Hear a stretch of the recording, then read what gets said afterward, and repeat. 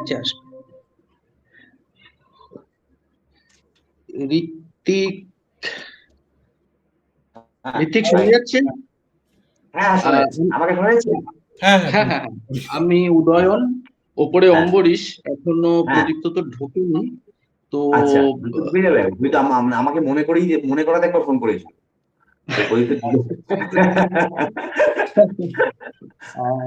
বহুবার হ্যাঁ, একটা মানে অনুমতি বলি যে হ্যাঁ আমরা মনে হয় মোটামুটি সবাই সমবয়সী। আমি প্রদীপ্তকে তুমিই বলি, প্রদীপ্তর সঙ্গে আচ্ছা আমার অনেক প্রায় বছর 10 হবে পরিচয়। হ্যাঁ তো আমরা সবাই তুমি বলি না, অসুবিধা আছে? হ্যাঁ আমার মনে হয় তুমি বলে তুমি কোনো অসুবিধা নেই, কোনো অসুবিধা নেই। বহুবার তোমার সঙ্গে বিভিন্ন জায়গায় দেখা হয়েছে, রাজলক্ষ্মী শ্রীকান্তর স্ক্রিনিং এ, আচ্ছা আহ বসুশ্রীতে আর্ট হাউস এশিয়া ফিল্ম ফেস্টিভ্যালটা হতো, সেখানে হ্যাঁ ওই হ্যাঁ মায়ার জঞ্জালের ছিল, শো ছিল। ঠিক তো হ্যাঁ দেখা হয়েছে, বাট মানে প্রদীপ্তর সঙ্গে অনেক দিন কথাবার্তা হয় ঠায়, তো সেভাবে তোমার সঙ্গে আচ্ছা আজ খুব আচ্ছা ভালো লাগছে। কথা হবে, অমিতের সঙ্গেও কথা হবে।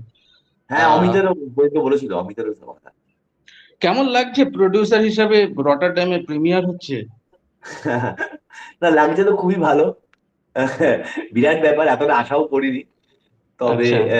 তবে ছবিটা দেখে মানে মানে রটারডাম আশা করিনি ঠিকই, কিন্তু মনে হয়েছিল যে এটা বহু মানুষের হয়তো ভালো লাগবে, বাহ। ফেস্টিভ্যালেও হয়তো ছবিগুলো পছন্দ হবে, এটা প্রাথমিকভাবে মনে হয়েছিল। রটারডাম তো অনেকটাই বড় ব্যাপার, অতটা ভাবিনি তখন আর কি শুরু থেকে।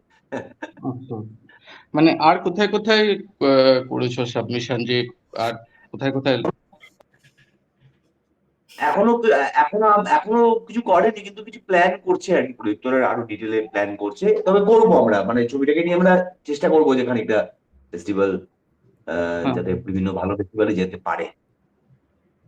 তার মানে রিলিজ হতে হতে এখনো বেশ কিছুদিন যাবে, কারণ পুরো ফেস্টিভ্যাল রান টান হবে। রিলিজ রিলিজটা কদিন বাদেই হবে, ফেস্টিভ্যাল রানটা করবে। হ্যাঁ হ্যাঁ, মানে ধরো বছর খানেক তো যাবে, 25টা তো হয়তো ফেস্টিভ্যালেই যাবে। চলে যাবে প্রায়। হ্যাঁ চলে যাবে প্রায়। খুব সুন্দর। প্রদীপ তো কি হলো, মনে করিয়ে দিয়ে নিজে ভুলে যায়নি তো? না, হতে পারে অমিতকে মনে করাচ্ছে। হ্যাঁ, এই তো প্রদীপ্ত জয়। ও প্রদীপ তো হ্যাঁ, কেমন আছো? আমি অমিতকে একটা ফোন অমিত চলে আসছে এখন। হয়েছে। হ্যাঁ হ্যাঁ,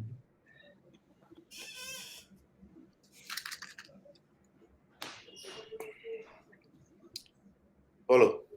অমিত শোনা যাচ্ছে? হ্যাঁ হ্যাঁ শুনতে পাচ্ছি। আচ্ছা, অম্বরীশ সাদা গেঞ্জি পরা, আর আমি উদয়ন। তো প্রদীপ্তর সঙ্গে আহ, বেশ বছর 10 বা তার বেশিই হবে হয়তো, একটু কথাবার্তা হয় মাঝে সাঝে সিনেমা সংক্রান্ত। তো ঋত্বিক সবার প্রথমে ঢুকে পড়েছিল, আমরা গত 3-4 মিনিট বেশ খানিকক্ষণ নিজেরা আড্ডা ইন্টারভিউ দিচ্ছিলাম। শুরু হয়ে গেছে অ্যাকচুয়ালি।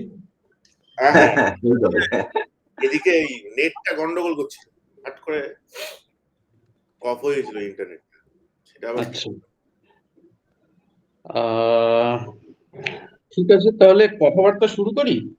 হ্যাঁ হ্যাঁ আমরা কিন্তু একটা কথা যে মানে নিজ গুণে ক্ষমা ঘেন্না করে নিও সকলে, আমরা দুজনেই কিন্তু কোনো প্রফেশনাল জার্নালিস্ট নই। হ্যাঁ সিনেমা হ্যাঁ নিয়ে লেখালেখি করি সেইভাবে, মানে চেষ্টা করি যাতে পেটটা চলে। তো যদি কিছু ভুল ভাল হয়ে থাকে বলে ফেলি, তো নিজ গুণে সকলে ক্ষমা ঘেন্না করে নিও। একদম। তো সেটা হচ্ছে ইয়ে। আমার একটা অ্যাডিশনাল আহ, ব্যাপার রয়েছে যে আমার বাংলাটা একেবারেই বেসিক আর কি। আমি মানে চিরকালই প্রবাসী বলতে কি আমি নর্থ ইস্টে বড় হয়েছি, তো আমরা যেসব বাংলা বলতাম কমপ্লিটলি ডিফারেন্ট বাংলা, তো সুতরাং মাঝখানে মাঝখানে একটু ইংরেজি হিন্দি ঢুকে ফুকে গেলে একটু হ্যাঁ হ্যাঁ তো আহ, নধরের ভেলার এলো বোধহয়, সূত্রপাত কোথা থেকে প্রদীপ্ত? যে মানে কিভাবে এই আইডিয়া এলো এরকম একজন নায়ক হতে পারে? ওটা তো অনেকদিন আগেকার একটা কনসেপ্ট। মানে তোমার প্রায় ওই আমরা যখন প্রথম ছবিটা করেছিলাম বাকিটা ব্যক্তিগত, ওই সময়কারই একটা আচ্ছা ব্লগ আচ্ছা। বলে তখন নাম ছিল স্লথ কুমার। আচ্ছা। তো সেইটা আইডিয়াটা এসছে অ্যাকচুয়ালি যে এত ফাস্ট দুনিয়া পৃথিবী, এবার সেইটাকে তুমি তার মধ্যে একটা লোক ওরকম স্লো হলে আর লোকে ছুটছে কিছু না কিছু প্রোডাকশনের জন্য, আর একটা লোক যদি ওরকম হয়, হ্যাঁ। আর তার সঙ্গে আর একটা হচ্ছে যে স্লথ প্রাণীটা একটা খুব ইন্টারেস্টিং লাগে দেখতে ব্যাপারটা।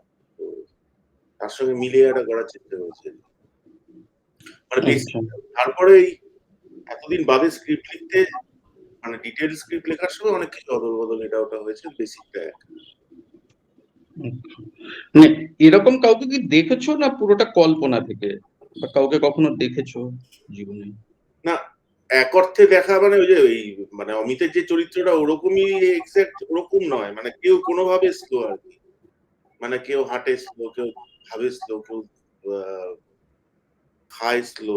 আমার এক দাদা আছে, ঋত্বিক চেনে, অমিতও চেনে, আহ, সে খুবই স্লো এমনিতে। এবার তাকে নিয়ে বলছি না, মানে বিভিন্ন ভাবে বিভিন্ন লোক স্লো, মানে এই যেভাবে লোকে চায় সেরকম নয়। তো সেরকম একটা জায়গা ছিল। আর আমার একটা ভাই ছিল যে এই শুটিং এর পরে মারা গেছে, মামাতো ভাই বহরমপুরে।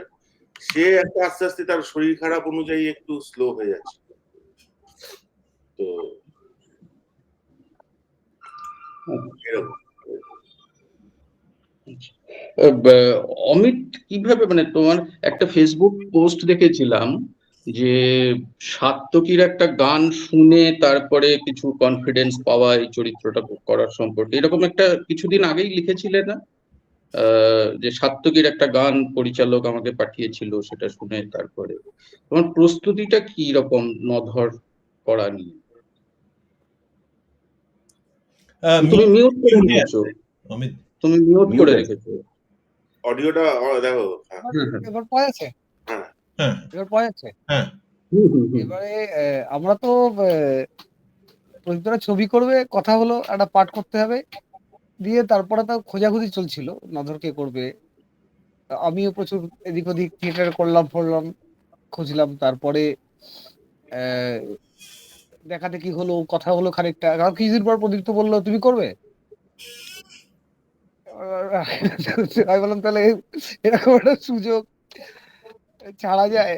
এবার এটা লজ্জা লজ্জা করেই বললাম, দিয়ে করা হলো। তারপরে আমরা ও প্রদীপ্ত বললো আমাকে, আমরা একসাথে দীর্ঘ সময় কাটিয়েছি, আমাদের একটা নির্দিষ্ট প্রসেস আছে ছবি করতে যাওয়ার আগে দীর্ঘক্ষণ আড্ডা ফাড্ডা মেরে কথাবার্তা বলে কিছু কি না, বলে।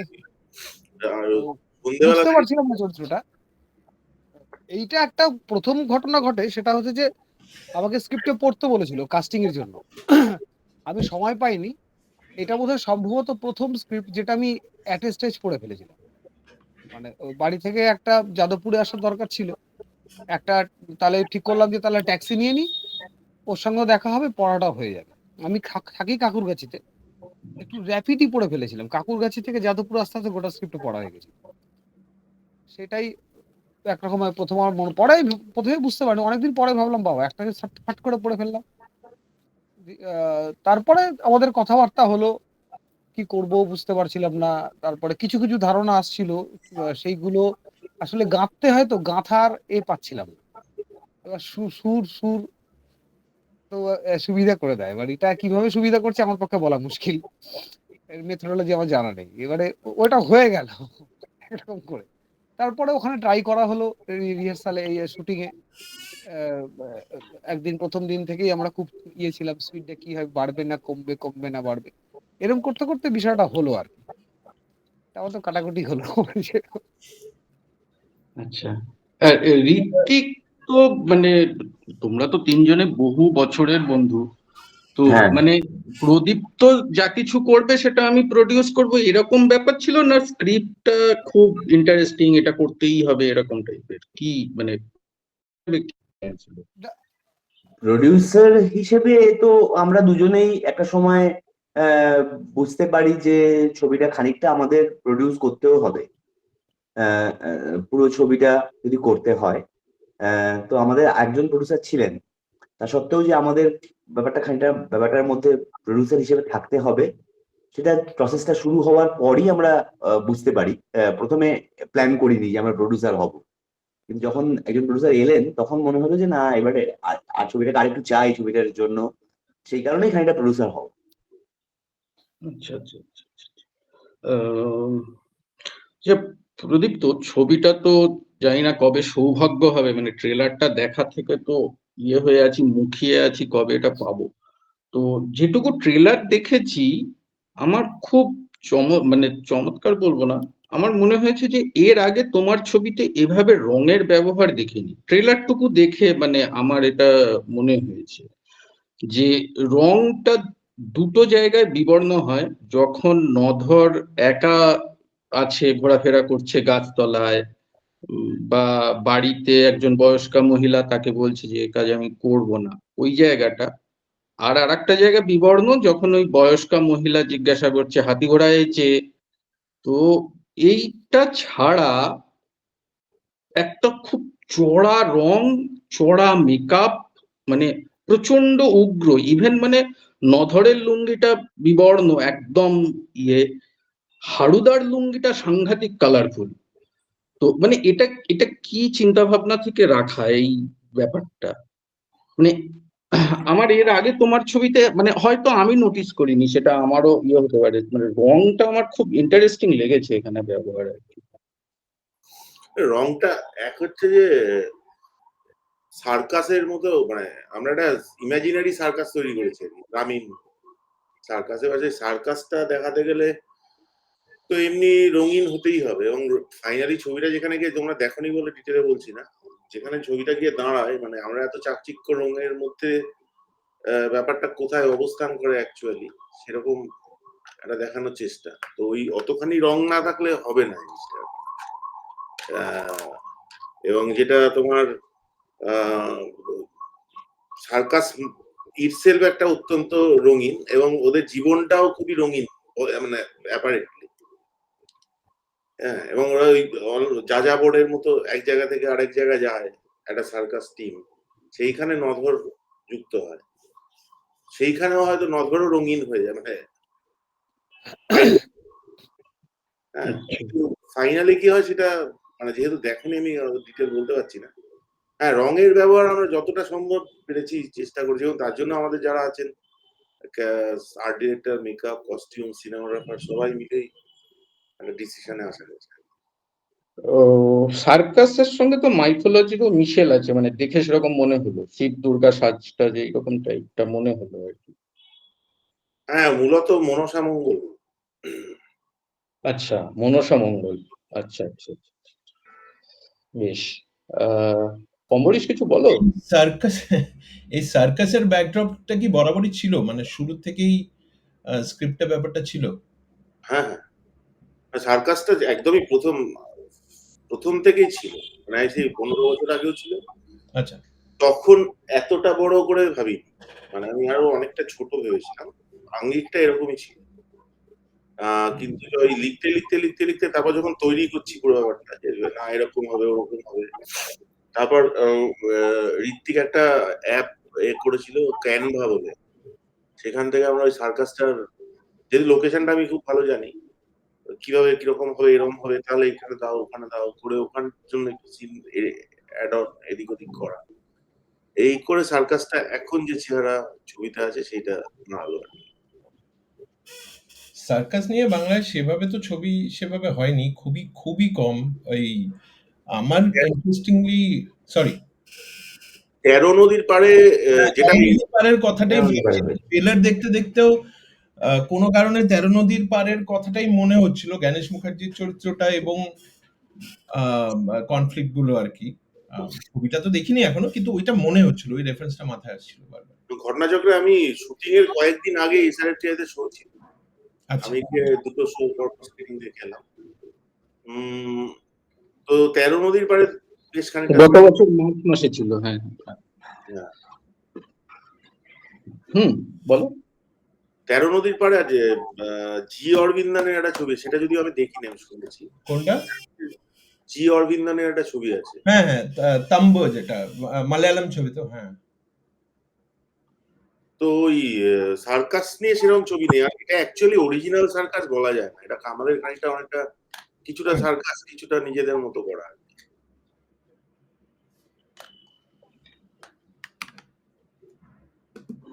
আচ্ছা, ইয়ের অমিতের কোনো প্রিপারেশন বা কোনো ধরনের কোনো ইয়ে করতে হয়েছে কোনো ধরনের এই রোলটা করার জন্য কোনো প্রস্তুতি নিতে হয়েছে সেভাবে? মিউট, আমি এখান থেকে আনমিউট করতে পারি না। হ্যাঁ, হ্যাঁ, প্রস্তুতি বলতে যখন বললো যে চরিত্রটা স্লো, তো তখন থেকে একটা মানসিক প্রস্তুতি তো শুরু হয়ে যায়, মানে যা হয় সে এটা করছি সেটা করছি সব কাজই করছি, তার মধ্যে ওটা কোথাও একটা লেয়ারে ফেলা থাকে যে এই কাজটা আমাকে করতে হবে, অন্য জায়গায় মন দিয়েই কাজ করছি, কিন্তু ওটা তো চলে যায় না একটা এটা টাস্ক হিসেবে, মানে ইনিশিয়াল টাস্ক হিসেবে থাকে, লেয়ারে পড়ে থাকে। তো সেইখানে কি হচ্ছিল সেটা আমার পক্ষে বলা মুশকিল, কিন্তু ওই আমি কনসাসলি যেটা ভাবার চেষ্টা করব স্লো করতে হবে, তারপরে গানটা হেল্প করলো, তারপর শুটিংটা সবচেয়ে বেশি হেল্প করেছে। শুটিং এ একদম হেঁটে চলে দেখেছি, বাড়িতে এক আধবার এদিকে হেঁটেছি, একা আছি একটু হেঁটে দেখলাম, যেরকম সাধারণ অবসরে যে প্র্যাকটিস গুলো মানুষের মনে চলে সেটা একটুখানি লোকজন না থাকলে নিজের মতো করে দেখে নেওয়া, সেইগুলো একরকম ছিল। আর তারপরে মূলত শুটিং এই করতে করতে প্রস্তুতিটা হয়েছে, এই আর কি। ঋত্বিক, তুমি মিউট হয়ে গেছো। মিউট হয়ে গেছে, হ্যাঁ। আচ্ছা, সরি মাই ব্যাড। হ্যাঁ, বলছিলাম ঋত্বিকের চরিত্রটা যেটা মানে ট্রেলারে যতদূর বুঝলাম খুব অন্যরকম, মানে এখন পর্যন্ত যেভাবে দেখেছি, সব তো দেখিনি, মানে ডেফিনেটলি একটা ওয়াইড রেঞ্জ রয়েছে, কিন্তু তাতেও মনে হলো যে এইটাতে চরিত্রটা একটু অন্যরকম, খুব অ্যাগ্রেসিভ, খুব বডি ল্যাঙ্গুয়েজ খুব খুব অ্যাগ্রেসিভ, খুব কড়া, একটু একটু চড়া ধরনের কথাবার্তা ইত্যাদি। তো ওইটা কিভাবে এলো, আর সেটার জন্য কিরকম প্রিপারেশন করা হলো, কি হলো আর কি, কিভাবে অ্যাপ্রোচ করলেন রোলটাকে? হ্যাঁ, চরিত্রটা খুবই মানে অদ্ভুত এবং মানে টক্সিক খানিকটা। হ্যাঁ, আবার মানুষও, ফলে নিজেরও কিছু আহ, যুক্তি, ভালোবাসা, বিশ্বাস টিশ্বাস সবটা আছে। এবার স্ক্রিপ্টটা পড়ে আহ, আমি এই চরিত্রটা মানে পড়ে আমার প্রচন্ড লোভ হয়ে গেছিল। মানে আমি স্ক্রিপ্টটা পড়তে পড়তেই, মানে তখনও আমি জানি না আমি কি করব, কিন্তু আমি আগ বাড়িয়ে বই থেকে বললাম আমি এই চরিত্রটা করবো। কিন্তু মানে ওই মানে ওই চরিত্রটা পড়তে পড়তে আমার মানে প্রচন্ড লোভ লেগে গেছিল এই চরিত্রটার উপরে, এবং এবং যে একদম যেচে পড়ে এই চরিত্রটাকে আমি মানে হাতিয়ে নিই। কিন্তু তখনও আমি জানি না যে এবার চরিত্রটা কি হবে। চরিত্রটা আশ্চর্য টাইপের একটা বাজে লোক, যেরকম মডেল ঠিক হ্যাঁ কখনো খুব একটা দেখিনি। তো তারপর শুটিং এর পরিবেশটা আমাদের খুবই একটা আশ্চর্য পরিবেশ তৈরি হয়েছিল। অমিত যেমন বলছে যে শুটিং এর সময় অনেক কিছু তৈরি হয়, তো সেটা এই ছবির ক্ষেত্রে হয়েছিল। আমাদের যেহেতু প্রচুর ওয়ার্কশপের উপায় থাকে না, কিন্তু তারপরে যে ওই সেটটা তৈরি হয়েছিল, ওই যে নদীর ধারে একখানা সার্কাসের তাঁবুর পাশে সার্কাসের লোকেদের থাকার ছোট ছোট তাঁবু, ওদের খাওয়ার ব্যবস্থার জন্য একটা ছোট রান্নাঘর, হয়তো মুরগি টুরগি আসে বলে একটা মুরগির খাঁচা, এই সবটা মিলে ওইটা যখন হলো, আহ, তখন যেন মনে হয় চরিত্রটা আরেকটু বেশি মানে মানে একভাবে আমার কাছে এলো আর কি। তো তারপর ট্রাই করেছি সেটাকে করার আর কি, এইভাবেই বলবো। কিন্তু চরিত্রটার প্রতি একটা অদম্য লোভ ছিল শুরু থেকে, প্রিপারেশনের থেকেও লোভটা ছিল বেশি, মানে এটা সত্যি কথা। কোনো শুটিং করার সময় কোনো আলাদা করে চ্যালেঞ্জিং কিছু কোনো অবস্টেকল ইয়ে করতে হচ্ছে উইদাউট, মানে স্পয়লার না দিয়ে আর কি, গল্পটা না বলে, অবভিয়াসলি ছবি তো আমরা কেউ দেখিনি, কিন্তু কোনো সিন করতে গিয়ে বা ইয়ে করতে গিয়ে কোনো পার্টিকুলার চ্যালেঞ্জ ফেস করতে হচ্ছে, কিছু হচ্ছে বা ইন্টারেস্টিং কিছু? ইন্টারেস্টিং তো বটেই, চ্যালেঞ্জের থেকেও বলবো যে সেগুলো হতে পারে সেগুলো খানিকটা চ্যালেঞ্জ। কিন্তু প্রদীপ্তর সাথে আমরা একটা বড় অংশ যারা বহু বছর কাজ করছি, এবং প্রত্যেক পরিচালকের একটা নিজস্ব কাজের ধরন আছে। এবং আমরা যেহেতু প্রায় একই সঙ্গে প্রায় মানে অনেক দিন ধরে শুধু কাজ করছি না, একই সঙ্গে প্রায় বড় হয়েছি এই কাজের জগতেও, মানে কাজটাও একসঙ্গে করতে করতে বড় হয়েছি। অতএব আমাদের ওই তালমিলটা দারুণ। তো অনেক কঠিন জটিল সিন প্রদীপ্ত টানা টানা বড় বড় নেয়, তো সেইটা এই ছবিতে ওই বিরাট পরিবেশ সবটাই তোমাকে ছাড়া আছে, এবং তুমি যা করবে সেইটা করতে থাকো, সেটা ধরে নেওয়া হবে, এইরকম একটা প্রক্রিয়া যখন তৈরি হয় তখন সেটা মানে একই সঙ্গে স্বাধীনতা তো বটেই, একটা ভীষণ মজাও বটে, আবার চ্যালেঞ্জ শব্দটা আমার আসলে ভীষণ আপত্তিকর, কিন্তু চ্যালেঞ্জিংও বটে। তো তো সবটা মিলিয়ে সেটা খুব ভালো। আমাদের এই যে ট্রেলারে একটা ছোট্ট অংশ দেখা যায় যেখানে আমি ওকে গিয়ে মারছি, ওই অমিতকে বাঁশ টাস দিয়ে মারছি, তো ওইটার শুটিংটার এক্সাক্ট সময় এইখানটায় মারা হবে এবং এই বড় জায়গাটা ইউজ করতে পারো ছাড়া আর কোনো ব্রিফ ছিল না যে কি করে হবে, কেন মারছি বা কি হবে সেটা তো জানি, কিন্তু সেইটা যখন তৈরি হয়েছে ওইটা মানে ওইটা ওই মুহূর্তটায় প্রায় সবটা ভুলে গিয়ে ওই মুহূর্তটার মধ্যে থাকা, এই যে অতক্ষণ ধরে কাট ছাড়া ছোট একটা শট দিলাম তারপর তার ক্লোজ দিলাম, ওটা নয়, সেইটা দারুণ আর কি। আসলে এই ছবির ক্ষেত্রে আমার মনে হয় সেটা দুর্দান্ত করে ওয়ার্ক করেছে আমার নিজের জন্য আর কি। এবং আরো একটা আছে, প্রথম দিকে তোর ওই ইয়ে হলো না, ওই তাঁবু থেকে বেরোনোর সময় সন্ধ্যেবেলা এই টিকিটের কাউন্টার একটা সিন দেখতে দেখতে দেখলাম যে লোকজন খুব ইন্টারেস্টেড হচ্ছে, যারা অ্যাকচুয়াল দর্শক শুটিং দেখছে, সেই দর্শক আমরা শুটিং এর দর্শক করে দেবো, এটা পরের শটে প্ল্যানিং ছিল। দেখছি শুটিংটা করতে করতে দেখছি দর্শক ইন্টারেস্টেড হয়ে যাবে, এবং সেকেন্ড সিনটা ওটার সাথে অ্যাড করে নিয়ে ওকে ঋত্বিককে বললাম পুরো কর, আর অনেকদিন কাজ করার পরে ওটাকে কন্টিনিউ ধরে নিয়ে পুরো দ্বিতীয় সিনটা একবারে হয়ে গেল, যেখানে মানে আমাদের এরকম একটা ছিল যে ক্রমশ দর্শকের ভিড় বাড়ছে, যেটা স্ক্রিপ্টে সেটা সত্যি করে মানুষ মানে চরম হই হুল্লোড় শুরু করলো। আমি ওই কাউন্টারে বসে যে টিকিট বেচা হচ্ছে সেটা তখন একটা লম্বা প্রসেস হলো, মানে যেটা একই সঙ্গে প্রথম দিকে ভিড়, ধীরে ধীরে ভিড় বেড়ে গেল, লোকের মাথায় ফাথায় চড়ে টিকিট কাটতে শুরু করলো, এই পুরোটা অলমোস্ট মানে সত্যি করেই ঘটছিল আর কি। তো সেই সবগুলো তো দারুণ আর কি। সেই দৃশ্যটা পরের দিন শিডিউল করা ছিল, কিন্তু তারপর দেখলাম যে না, একসঙ্গে মানে ডকুমেন্টারির মতো তৈরি হয়ে গেল। এইগুলো খুবই কাজ করেছে। এটা কোথায় শুট হলো?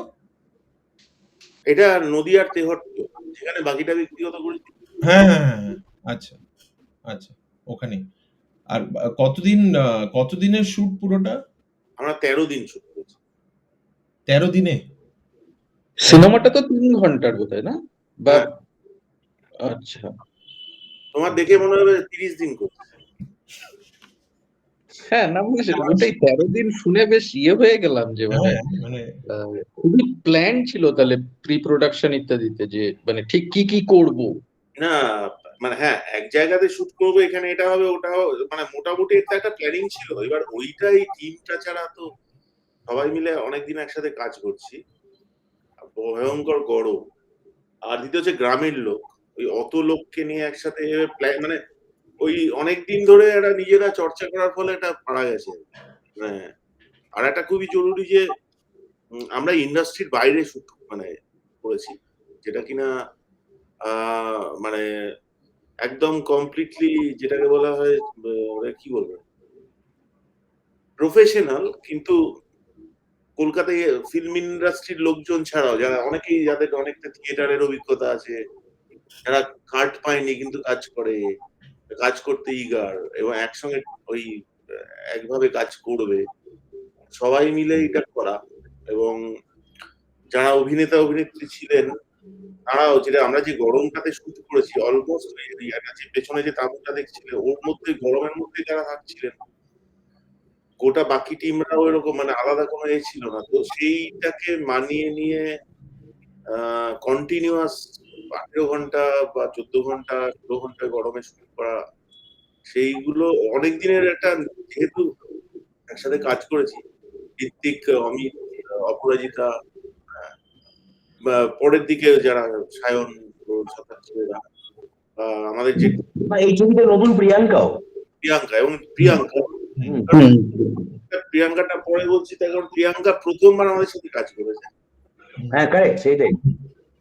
তো প্রিয়াঙ্কাও ওরকম আমাদের সঙ্গে একটা এতটা কোঅপারেট করে করবে এবং এই জাতীয় সেট আপে কাজ করবে, তো সেই সব কারণে একটা করা গেছে। আমি মানে ওরা ওই ছবিটা যখন দেখবে বুঝতে পারবে এটা এখানে ওই সেট আপে করতে গেলে মিনিমাম 24-25 দিন তো লাগারই কথা। হুম। এই 13 দিন কি একটা স্ট্রেচ, একটা কন্টিনিউয়াস স্ট্রেচ একটা ছাড়া? হুম হুম। আচ্ছা আচ্ছা। উম, অম্বরীশ কি নধরের ভেলা নিয়ে আর কিছু বলবে না একটু একটু অন্য নজরের কিছু? ভেলা, আমার মাই কোয়েশ্চেনস আর ডান। নজরের ভেলার অ্যাট লিস্ট। হ্যাঁ হ্যাঁ হ্যাঁ হ্যাঁ। হ্যাঁ। আচ্ছা অনেক প্রদীপ, তো তোমার যখন মানে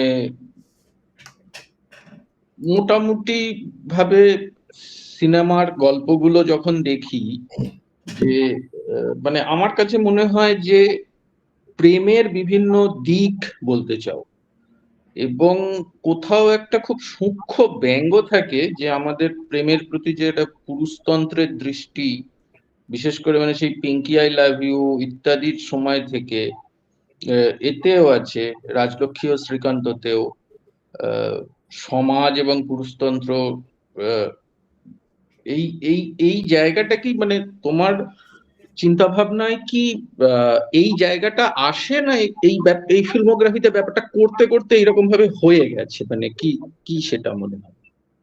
আমি আলাদাভাবে পুরুষতন্ত্র বা এরকম করে ভাবি না, যদিও মানে আমি যেটা ধরো পুরো অভিজ্ঞতা পেয়েছি, যে তুমি যেরকম রাজলক্ষ্মীতে ছিল যে তোমাকে কেউ একটা পাওয়ারফুল পাওয়ার থাকবে যেখানে কিনা তোমাকে আটকানোর চেষ্টা করবে, অথচ আমি যেটা আমার অভিজ্ঞতায় একটা প্যারালাল জায়গা থাকে যেখানে ওই পাওয়ারটা কাজ করে না, মানে যেখানে তোমার ওই প্রেমটাই কাজ করবে টাইপের। তো ওইভাবে ভাবি ফলত এটা এখন এবার করতে করতে হয়ে গেছে, মানে আমার অটোমেটিক্যালি যেটা আসে ওটাই করি। সেটা এই ছবিতে আমাদের নজর বেলাতেও আছে বা যে ছবিতে যেভাবে এসছে, কিন্তু অত ওইভাবে আমি ভাবিনি যে আলাদা করে। ছবি তৈরি হয়ে যাওয়ার পর হয়তো ভেবেছি খানিক যে না এটা এরকম হয়েছে, কিন্তু যেভাবে আসে যেভাবে আমি জীবনযাপন দিন যাপন করি, যা আমার অভিজ্ঞতা হয় যেটা সেইগুলোই তো বেরোয়। তো সেইখান থেকে যা আসে মানে আমি ওইগুলোকে আমি আমার মাথার উপর দিতে চাই না, যে ধরো কোনো একটা থিওরিটিক্যাল বা কিছু একটা পড়েছি বা কিছু একটা করেছি, আমার কাছে যেটা এসছে সেইটাকে আমি তোমার ছবিতে আসবে বা লেখাতে। মানে কনসিয়াসলি কোনো পলিটিক্যাল থিম বা এই ধরনের কিছু কনসিয়াসলি চলে না, নাকি কিছুটা থাকে? মানে কনসিয়াসলি চলে না, মানে ধরো একটা লোক স্লো, এটা তো একটা পলিটিক্যালি ব্যাপার, এত ফাস্ট একটা জগৎ। তো এবার সেটাকে আমি ওইভাবে কোট করে করতে চাই না। হ্যাঁ, আর কোন রকম ধরো এই থিওরিটিক্যালি এটা বলে বা থিওরিটিক্যালি ওটা বলে, বা অনেক ক্ষেত্রে পলিটিক্যাল ইনকারেক্ট বা পলিটিক্যালি কারেক্ট থাকবো, এই বিষয়গুলো রাখার চেষ্টা করে ইলেক্ট রেখে দেবো, সেন্সার করে। আচ্ছা, হ্যাঁ, না মানে আমি যেটা মানে নিজের কাছেও একটা উত্তর পেতে চাইছি, যে যেটা আমার মনে হয়েছে যে তোমার সিনেমায় বলা গল্পগুলোর ভেতরে প্রেম একটা মূল এলিমেন্ট, মানে প্রেমটা থাকবেই আর কি। সেটা প্রেমটা নানান রকম হতে পারে, বিরহিতে একরকম, রাজলক্ষ্মী শ্রীকান্ততে একরকম, বাকিটা ব্যক্তিগততে প্রেম খুঁজছে। তো মানে সেটা আমার আর একটা প্রশ্ন আছে, যে বাকিটা ব্যক্তিগত শহর থেকে গ্রামে গিয়ে খোঁজে, এবং শেষমেশ সে আবার সেই একই রূপকে শহরেই রাস্তায় দেখতে পায়। তো মানে এটা কি মানে এটা কি মানে আমার ধারণাটা কি ঠিক, যে হ্যাঁ প্রেমটা তোমার কাছে আমি পাবো? প্রেম মানে তোমার প্রেম তো যখন মানে আমি যেটা একটু আগে বললাম সবসময় যে তুমি লাইফটা লিড করছো, মানে প্রেম বলে সত্যি কি আছে না আছে সেটা ধরে যদি ভুলে যায়, এমনি সাধারণভাবে যাকে প্রেম বলে, তো তা তো সবসময় চলতে থাকে। সিনেমা তুমি আমি সেই অর্থে ধরো স্পাই থ্রিলার বানাচ্ছি কি পলিটিক্যাল বানাচ্ছি কি কিছু একটা ক্রিকেট নিয়ে ফিল্ম বানাচ্ছি, তো ওটা থাকবেই, মানে ওটা তো এবং ওই হিসেবে সে, তুমি তো দেখো, আমার নিজেরও মনে হয় প্রেম আর যুদ্ধ এই তো সিনেমা আর কি। বেশ হুম। আহ উম, বাকিটা আচ্ছা ব্যক্তি একটা, হ্যাঁ, না উদয়ন দা বলো। বলো বলো না না বলো বলো বলো হ্যাঁ, না এই যে উদয়ন দা আগে বলছিল না জার্নালিস্ট নই আমরা, তো ওই কোয়েশ্চেনিং আর ওইসব তো স্পন্টেনিয়াস যা ইয়েতে আসছে আর কি। তো বলছিলাম যে বাকিটা ব্যক্তিগততে ঠিক প্রশ্ন নয়, একটা অবজারভেশন। বাকিটা ব্যক্তিগততে যে এই যে লোকের সঙ্গে কথা বলা, আহ, কিছু কিছু ব্যাপার 2013-র পার্সপেক্টিভে বলছি, যে তারপরে আহ, অনেক কিছু জিনিস সোশ্যাল মিডিয়াতে, ইউটিউবে, ভ্লগার্স এবং টিকটকে খুবই পপুলার হয়ে যায়, খুবই ওয়াইডলি অ্যাকসেপ্টেড হয়ে যায়, যেগুলো জিনিস খুব অর্গ্যানিক্যালি ওই ছবিটাতে ছিল। যেমন এই যে মানে ছোট ছোট মজার ইয়ে, যে এই যে তালি দিয়ে মোহিনী, আর তারপরে মোহিনী ওই যে ট্রানজিশনটা, ওই জিনিসটা, তারপরে রাস্তায় সবার সঙ্গে কথা বলাটা, এবং যেভাবে ক্যামেরার মধ্যে ক্যামেরার দিকে কথা বলা হচ্ছে, এই ব্যাপারগুলো ছোট ছোট কিছুটা ব্যাপার হয়তো এই জিনিসগুলো আমি জানি না কতটুকু ডেলিবারেট ছিল। ইন্টারনেটের ভাষা, এই ভাষাটা ব্লগিং এর ভাষা, ইউটিউবের ভাষা আস্তে আস্তে তখন ডেভেলপ হচ্ছে। ওই ট্রানজিশন গুলো কিভাবে খেলা, লোকের সঙ্গে কথা বলা, রাস্তায় ঘাটে লোককে গিয়ে একটা প্রশ্ন জিজ্ঞেস করা তার পার্সোনাল লাইফ নিয়ে, যেগুলো এখন রিলসে খুব কমন। মানে প্রেম নিয়ে জিজ্ঞেস করা, বা আহ, আহ, ভালো পার্সোনাল কিছু প্রশ্ন করা ইত্যাদি, এই জিনিসগুলো এখন খুব কমন হয়ে গেছে। কিন্তু বাকিটা ব্যক্তিগততে তখন যখন দেখানো হয়েছে, মানে অ্যাটলিস্ট আমরা যতটুকু ইন্টারনেট তখন দেখছি বা ইয়ে করছি অতটা নেই, কিন্তু এখন এগুলো খুব ওয়াইডলি ইয়ে হয়ে গেছে। কিছু কিছু টাচেস, কিছু কিছু কনভারসেশন, কিছু কিছু জিনিস যেগুলো এখন খুব ওয়াইডলি ইয়ে আর কি। তো সেই এর মধ্যে এই ট্রেন্ড গুলোর মধ্যে কিছু কি ডেলিবারেট ছিল, কোনো ট্রেন্ড দেখা হয়েছিল, অবজার্ভ করা হয়েছিল, না পুরো ব্যাপারটা অর্গানিক্যালি এসেছে? না, এটা তো মানে এই যে এটা যেটা এখন ট্রেন্ড হয়েছে সেটা ফিল্মের থেকেই আছে, সিনেমার প্রথম থেকে এই জিনিসগুলো আছে। মানে man with the movie camera যদি দেখো, সিগাভেট বা তারপরে যে সমস্ত যেকোনো আহ, এমনিতে ওয়ার্ড ফুটেজ গুলো দেখলেও বোঝা যাবে, বা তারপরে ধরো খোদারের ফিল্ম দেখলে, ফ্রেঞ্চ নিউ ওয়েভ, বা এখানে মৃণাল সেন, তুমি রঞ্জিত মল্লিককে দেখতে পাবে ক্যামেরার যে কথা। আমার মানে ইন্টারভিউতে। হুম। হ্যাঁ, মানে বাকিটা ব্যক্তিগততে যে আলাদা করে ওইটা নতুন আবিষ্কার ইয়ে হয়েছে তাও না। আর তখন আমরা 2010-এ শুরু, হুম। মানে তখন ইন্টারনেটটা ওরকম ভাবে আসেই ইউটিউব। হুম। হুম, সেটাই বলছি। ওটা কারণটা ছিল হচ্ছে আমরা টেলিফিল্ম হুম। হুম। তারা, এটা তারা টেলিফিল্মের জন্য প্রাথমিকভাবে হ্যাঁ। লেখা। হ্যাঁ। তো এত লিখে ফেলেছিলাম অনেকটা, এবার এত বড় জিনিস কি করে এই বাজেটে করবো 1.5 লাখ টাকায়, ওই জন্য স্টাইলাইজেশনটা হ্যান্ডিক্যাম দিয়ে, তখন ওই সোনির হ্যান্ডিক্যাম পাওয়া যায় হুম। ওইভাবে কর, তারপর ফিচার ফিল্মের সুযোগ আছে তখন বাড়ে। তখন এবার যেহেতু আমি অনেক ডকুমেন্টারি, আর এমনিতে ডকুমেন্টারিতে তো সেখানে কম থাকে ডিরেক্ট কথা টথা এইসব গুলো, তো তখন ডকুমেন্টারি ফর্মটাকে নিয়ে নিয়েছিলাম বলে এটা হলো। এবার এখন এগুলো ট্রেন্ড হয়ে গেছে, কারণ লোকের মানে আগে শুধু সিনেমা ফিল্ম মেকারদের হাতে ক্যামেরা, এখন অডিয়েন্সও মেকার, হুম। এই কারণে ওর হাতে একটা ছোট ক্যামেরা, মানে মোবাইল, সে যা ইচ্ছে তাই করতে পারে, ফলত সে এখন এটা করবেই। এই এই যে লোকের সঙ্গে কথা বলা হয়েছিল, যেখানে তাদেরকে বিভিন্ন প্রশ্ন করা হচ্ছে, তার মধ্যে একজন বয়স্ক ছিলেন যার ফিল্মের ব্যাপারে কথাবার্তা বলছেন, ঋত্বিক তার সাথে কনভারসেশন, অল এই পুরো ব্যাপারটা কমপ্লিটলি অর্গানিক ছিল, না কিছুটা প্ল্যান্ড, পুরো স্পন্টেনিয়াস কনভারসেশন চলছে সবার সাথে? হ্যাঁ হ্যাঁ, তো ওটা কি হচ্ছে, আমি কয়েকটা সেট অফ কোশ্চেন করেছিলাম ঋত্বিককে বলে।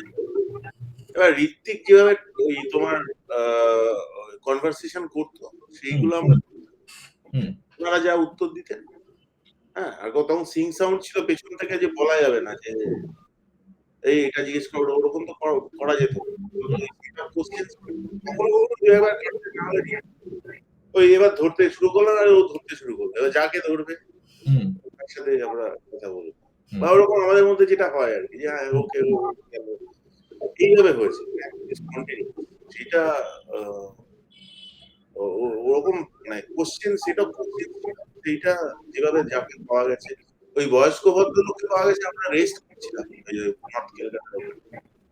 মানে চা খাচ্ছিলাম, ক্যামেরা ফ্যামেরা বন্ধ। হুম হুম আমরা আগে থেকে ওই জানতাম যে এরকম কেউ গেলে সবাই রেডি হয়ে যাবে, তো সবাই সাট সাট করে রেডি হয়ে গেল, ঋত্বিকে ঢুকে গেল।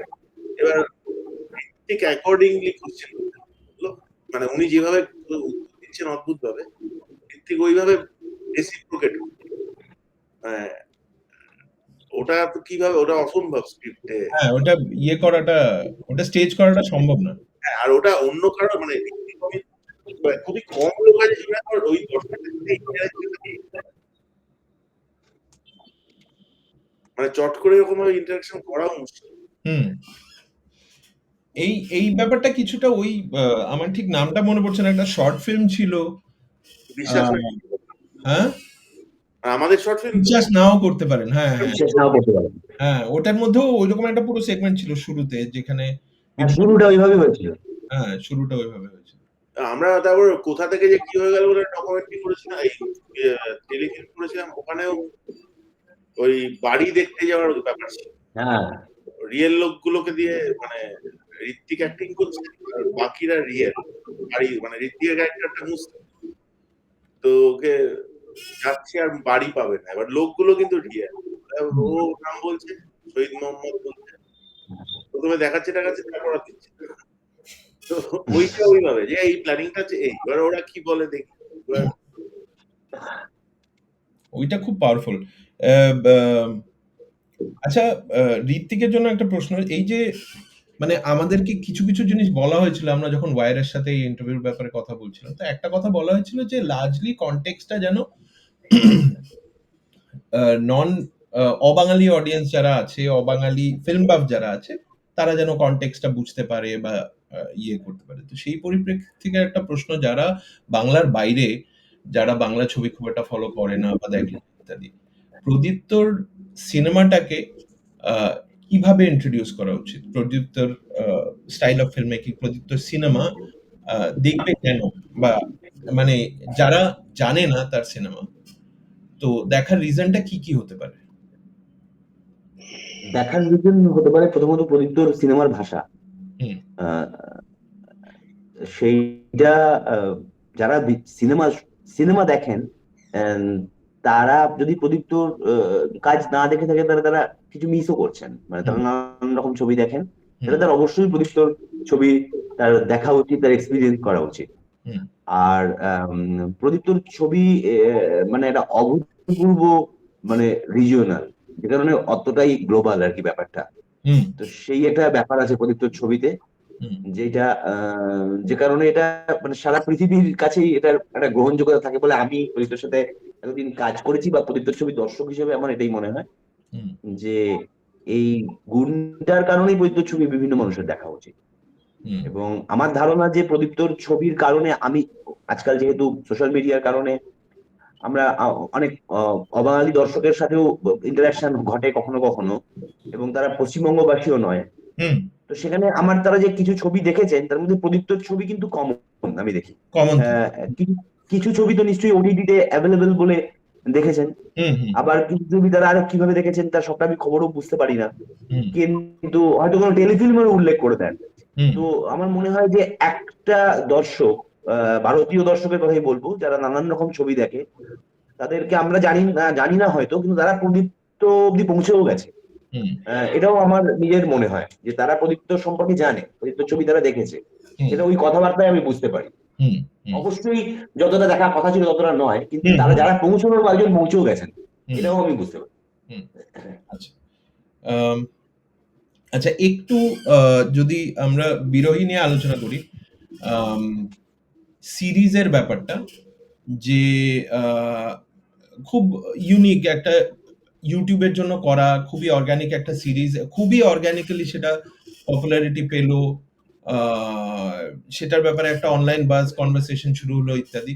তো এইটা নিয়ে যদি একটু কিছু আলোচনা হয় যে বিরোহীর জেনেসিসটা, প্রথম বিরোহীর সূত্রপাতটা কোথায়, আর এই যে চয়েসটা যে ইউটিউবে রিলিজ করা ইত্যাদি, এইসব কেন করতে হলো ইভেন্চুয়ালি? অ্যাকচুয়ালি আমি এখন যেখানে বসে আছি সেটা আমরা ঋত্বিকের বেসিক্যালি কাজের জায়গা। আমরা শুরু করেছিলাম এখানে যেটাকে ঋত্বিক নাম দিয়েছিল স্পেস। মানে এটা হচ্ছে যে আহ, আমরা কি হয়, বাড়িতে সবকিছু ধরো লেখালেখি, এডিট করা বা মিটিং করা, আড্ডা মারা, এগুলো হয় না। তো আমরা এই জায়গাটা ভাড়া নিয়েছিলাম যে এ করার জন্য, এইগুলো কাজগুলো আমাদের একটা হবে। মানে বাড়িতে অনেক দায়িত্ব পড়ে যায় বাড়ির কাজে। তো করতে করতে আমরা নিজেরা চেষ্টা করছিলাম ছোট করে করার, মানে যে প্রজেক্ট করার বিফোর করোনা। হুম। তো তাতে করে তখন আমরা বুঝতে পারলাম যে আমাদের একটা কোম্পানি খোলা দরকার, যেখানে ট্রেড লাইসেন্স থাকবে ইত্যাদি। কিন্তু ওই কোম্পানিটা 180 ডিগ্রি নাম দিয়ে, তা করতে করতে হয়ে গেল আমাদের, এক সেকেন্ড আছে। কি বলে ওটাকে, কোভিড হয়ে গেল। কোভিড হয়ে যাওয়ার পর কোভিডে যখন মানে ফার্স্ট ওয়েভটা শেষ হলো, তখন উনি বাবা বলে ওরা চ্যানেল, তোমরা বললো যে আমরা ইউটিউব চ্যানেল করতে চাই। তো তখন ওরা বললো যে না, তোমরা কোম্পানি করতে পারো নি, আমাকে দিয়ে এটা করা। তখন ঋত্বিক আর আমি আলোচনা করলাম যে তাহলে আমরা আমাদের 180 ডিগ্রি দিয়ে প্রথম সিরিজটা করবো। ওরা প্ল্যানই করেছিল উনি বাবা, আমরা পুরো কন্টেন্টটা ইউটিউবে আমরা করবো। মানে ইউটিউবে দিতে হলো না, মানে ইউটিউবের জন্যই এটা ঠিক আছে করবো। কারণ তখন কোভিড এর পরে এমনি আমাদের প্রথম প্রোডাকশন হবে, ইত্যাদি হবে। তো সেই হিসেবে আমরা বিরোহীটা অ্যাপ্রোচ করেছিলাম, এবং সেই বিরোহী আমাদের ছোটবেলার বহরমপুরের এক বন্ধু, যে এখনো বহরমপুরে আমার আমি যখনই যাই যোগাযোগ ইত্যাদি আমার একটা ফুল আছে। তো ওর খানিকটা ওর জীবনের কিছু ঘটনা, যে চাকরি পাওয়া থেকে শুরু করে চাকরির কঠিন পরিস্থিতি, এবং একটা অদ্ভুত প্যারা টিচার অমিতের যে চরিত্র, যেরকম একটা অদ্ভুত গুন্ডা টাইপের লোক, আর সেখানে সারাক্ষণ মারামারি হয়। তো ওই ওইখানে করতে না পেরে ডেপুটেশনে অন্য জায়গায় চলে গেছে। তো ওইটুকু নিয়ে বাকি গল্পটা আমরা তৈরি করি। তারপর বিরোহী আরেকটা বলে দিই, শুধু এটা অনলাইনে হয়েছে ঠিকই, কিন্তু এটা অফলাইন খুবই বেশি। অনেক যারা অনলাইনে নেই তারাও বহু লোক দেখেছেন বিরোহী, তাদেরকে কেউ দেখিয়েছেন, বা শুধু বিরোহী দেখার জন্য তারা করেছেন। যেটা আমি বলবো যে অগ্রদ্বীপের মেলা, মানে প্রচন্ড একটা বিশাল মেলা। আমরা বিরোহী থেকে বই মেলা থেকে মানে বিভিন্ন জায়গায় বিরোহীর একটা, যেটা কিনা শুধু সোশ্যাল মিডিয়া বা অনলাইন নয়, অনলাইনে লেখালেখি হয়, ওইখানে এখনো বিরোহী লোকের হয়। একটা ইন্টারভিউতে তুমি বলেছিলে যে সিনেমা আর সিরিজের মধ্যে যদি কম্প্যারিজন করতে হয়, সিনেমাটা হচ্ছে পেজ টার্নার, সরি সিরিজটা হচ্ছে পেজ টার্নারের মতন বা থ্রিলারের মতন, আর সিনেমাটা হচ্ছে একটা উপন্যাস যেটাতে আমরা বারবার ঘুরে ঘুরে যাই ছোটবেলা থেকে ইয়ে থেকে।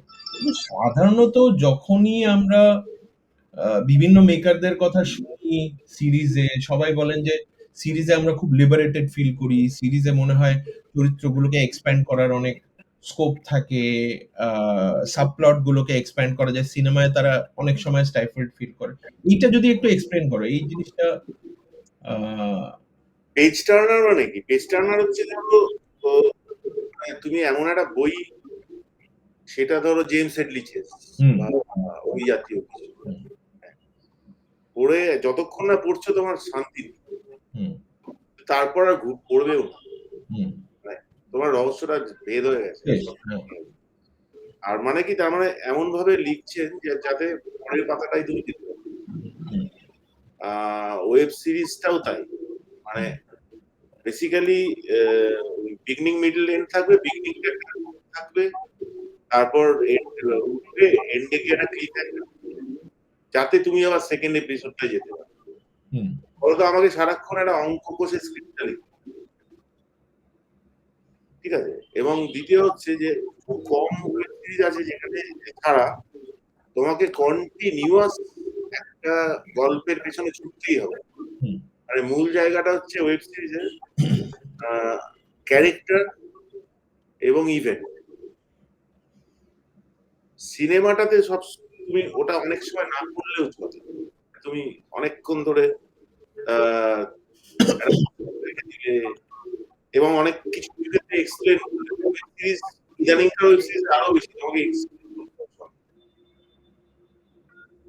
যে না এইটার কারণে এটা হয়েছিল, ওই চরিত্রটা এই কারণে ওটা হলো, এরকম এন্টারটেইনিং, যেটাকে এখনকার অর্থে এন্টারটেইনিং, যাতে তোমার রিলসে না চলে যায়, মানে রিলস দেখতে চলে গেল, এই করতে চলে গেল, সিস্টেমটাকে দেখ।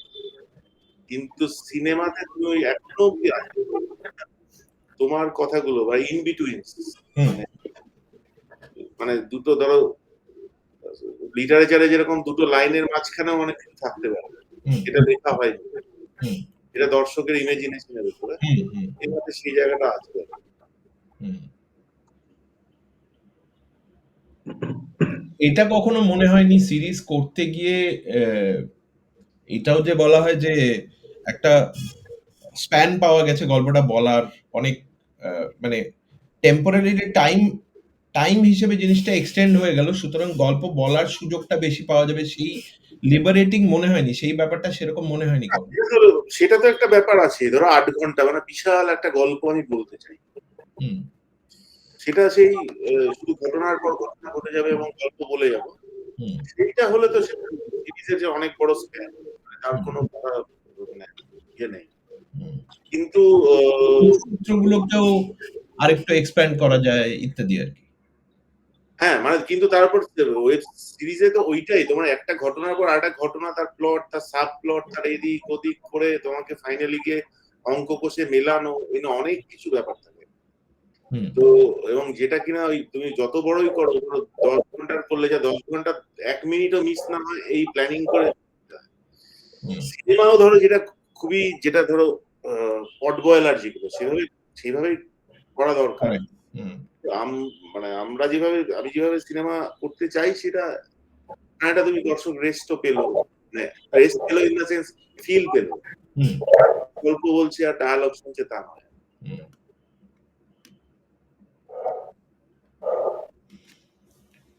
আচ্ছা, বাংলা ছবি নিয়ে কিছু কনভারসেশন এখন সোশ্যাল মিডিয়াতেও এবং তার বাইরেও, আর বিশেষত বাংলার বাইরে এক ধরনের কনভারসেশন চলে, সেটা হচ্ছে আম, যে এখন আর বাংলা ছবির ব্যাপারে ডিসকাস করার কিছু নেই। জেনারেলি সত্যজিৎ, ঋত্বিক, মৃণাল, একটু ক্লিশেড কথাটা, একটু বোকা বোকা মনে হবে, কিন্তু আমি সেই ওই জেনারেল পার্সপেক্টিভে যেটা আগে বলছিলাম, যে বাংলার বাইরে যারা বাংলা ছবিটাকে দেখে এখনো বেশিরভাগ ক্ষেত্রে সেই সত্যজিৎ, ঋত্বিক, মৃণাল এবং কিছুটা উত্তম কুমার ইত্যাদি। কিন্তু এখন যে বাংলা ছবির ব্যাপারে কিছু আলোচনা করার মতন আছে বা একটা কিউরিয়াস কিছু আছে, সেই ব্যাপারটা খুব একটা এখন হয় না। আহ, এইটা কেন হয়, যে মানে বাংলা ছবির সিচুয়েশনটা এখন কি, এবং আহ, এই পারসেপশনটা কেন ডেভেলপ হচ্ছে বাংলা ছবির বিষয়ে, যে নতুন কিছু হচ্ছে না বা ইন্টারেস্টিং কিছু হচ্ছে না, বা আর কোনো ফিল্ম মেকার নেই ডিসকাস করার মতন? অবশ্যই আছেন, অনেক লোকেই আছেন, কাজও করছেন, কিন্তু এই পারসেপশনটা কেন ডেভেলপ হচ্ছে বলে আপনার মনে হয়? আমাকে বলছে হ্যাঁ, না, কাউকেই বলা অ্যাকচুয়ালি, মানে নিজের নিজের মতন। হ্যাঁ, মানে এই প্রশ্নটা তিনজনের জন্যই, তিনজনের কাছ থেকে শুনতে চাই আর কি, যে কি অভিজ্ঞতা। প্রদীপ্ত। হ্যাঁ এক হচ্ছে তো মানে বেসিক্যালি যেটা আমরা মিডিয়া বা সাধারণভাবে লোকে খোঁজ রাখেন, তাতে কিছু ছবি, তাতেও যে ছবি হচ্ছে না তা না, এমনি আমি বলবো যে আহ, খানিকটা ভুল ধারণা যে কিছু হচ্ছে না, ওটা একটা ডেভেলপ করেছে। তার একটা কারণ হচ্ছে যে কমার্শিয়াল ফিল্ম খুব একটা সাকসেসফুল হচ্ছে না, মানে বেসিক্যালি ইকোনমিক জন্য, হুম মানে খুব একটা সাকসেসফুল হচ্ছে না। মেইন স্ট্রিমের ফিল্ম মেকাররা অনেকদিন ধরে চেষ্টা করে করে এক ধরনের একটা ফর্মুলা বানিয়ে সেই ফর্মুলাটা এখন চলছে। হুম কিন্তু তারাই ভাবেন অনেক কিছু করতে। কিন্তু,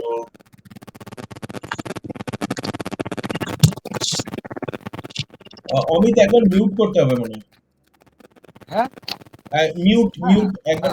হ্যাঁ হ্যাঁ হ্যাঁ, এবার ঘটনা হচ্ছে যে যে একটা মোটামুটি গ্রুপ করে, এখানকার প্রবলেম হচ্ছে একটা গ্রুপ করে সেইখান দিয়ে ফিল্ম তৈরি হয়, এবং মূলত প্রবলেমের জায়গাটা ডিস্ট্রিবিউশন, কিন্তু হুম হচ্ছে না তা না। এবার যে ডটারামে 3টে ফিল্ম গেল, বা আদিত্য বিক্রম ছবি করছে, আদিত্য বিক্রমের ছবি এ হবে, ইভেন আরো বহু ফিল্ম মেকার আছে যারা এই যে লোকার্নো যাচ্ছে বা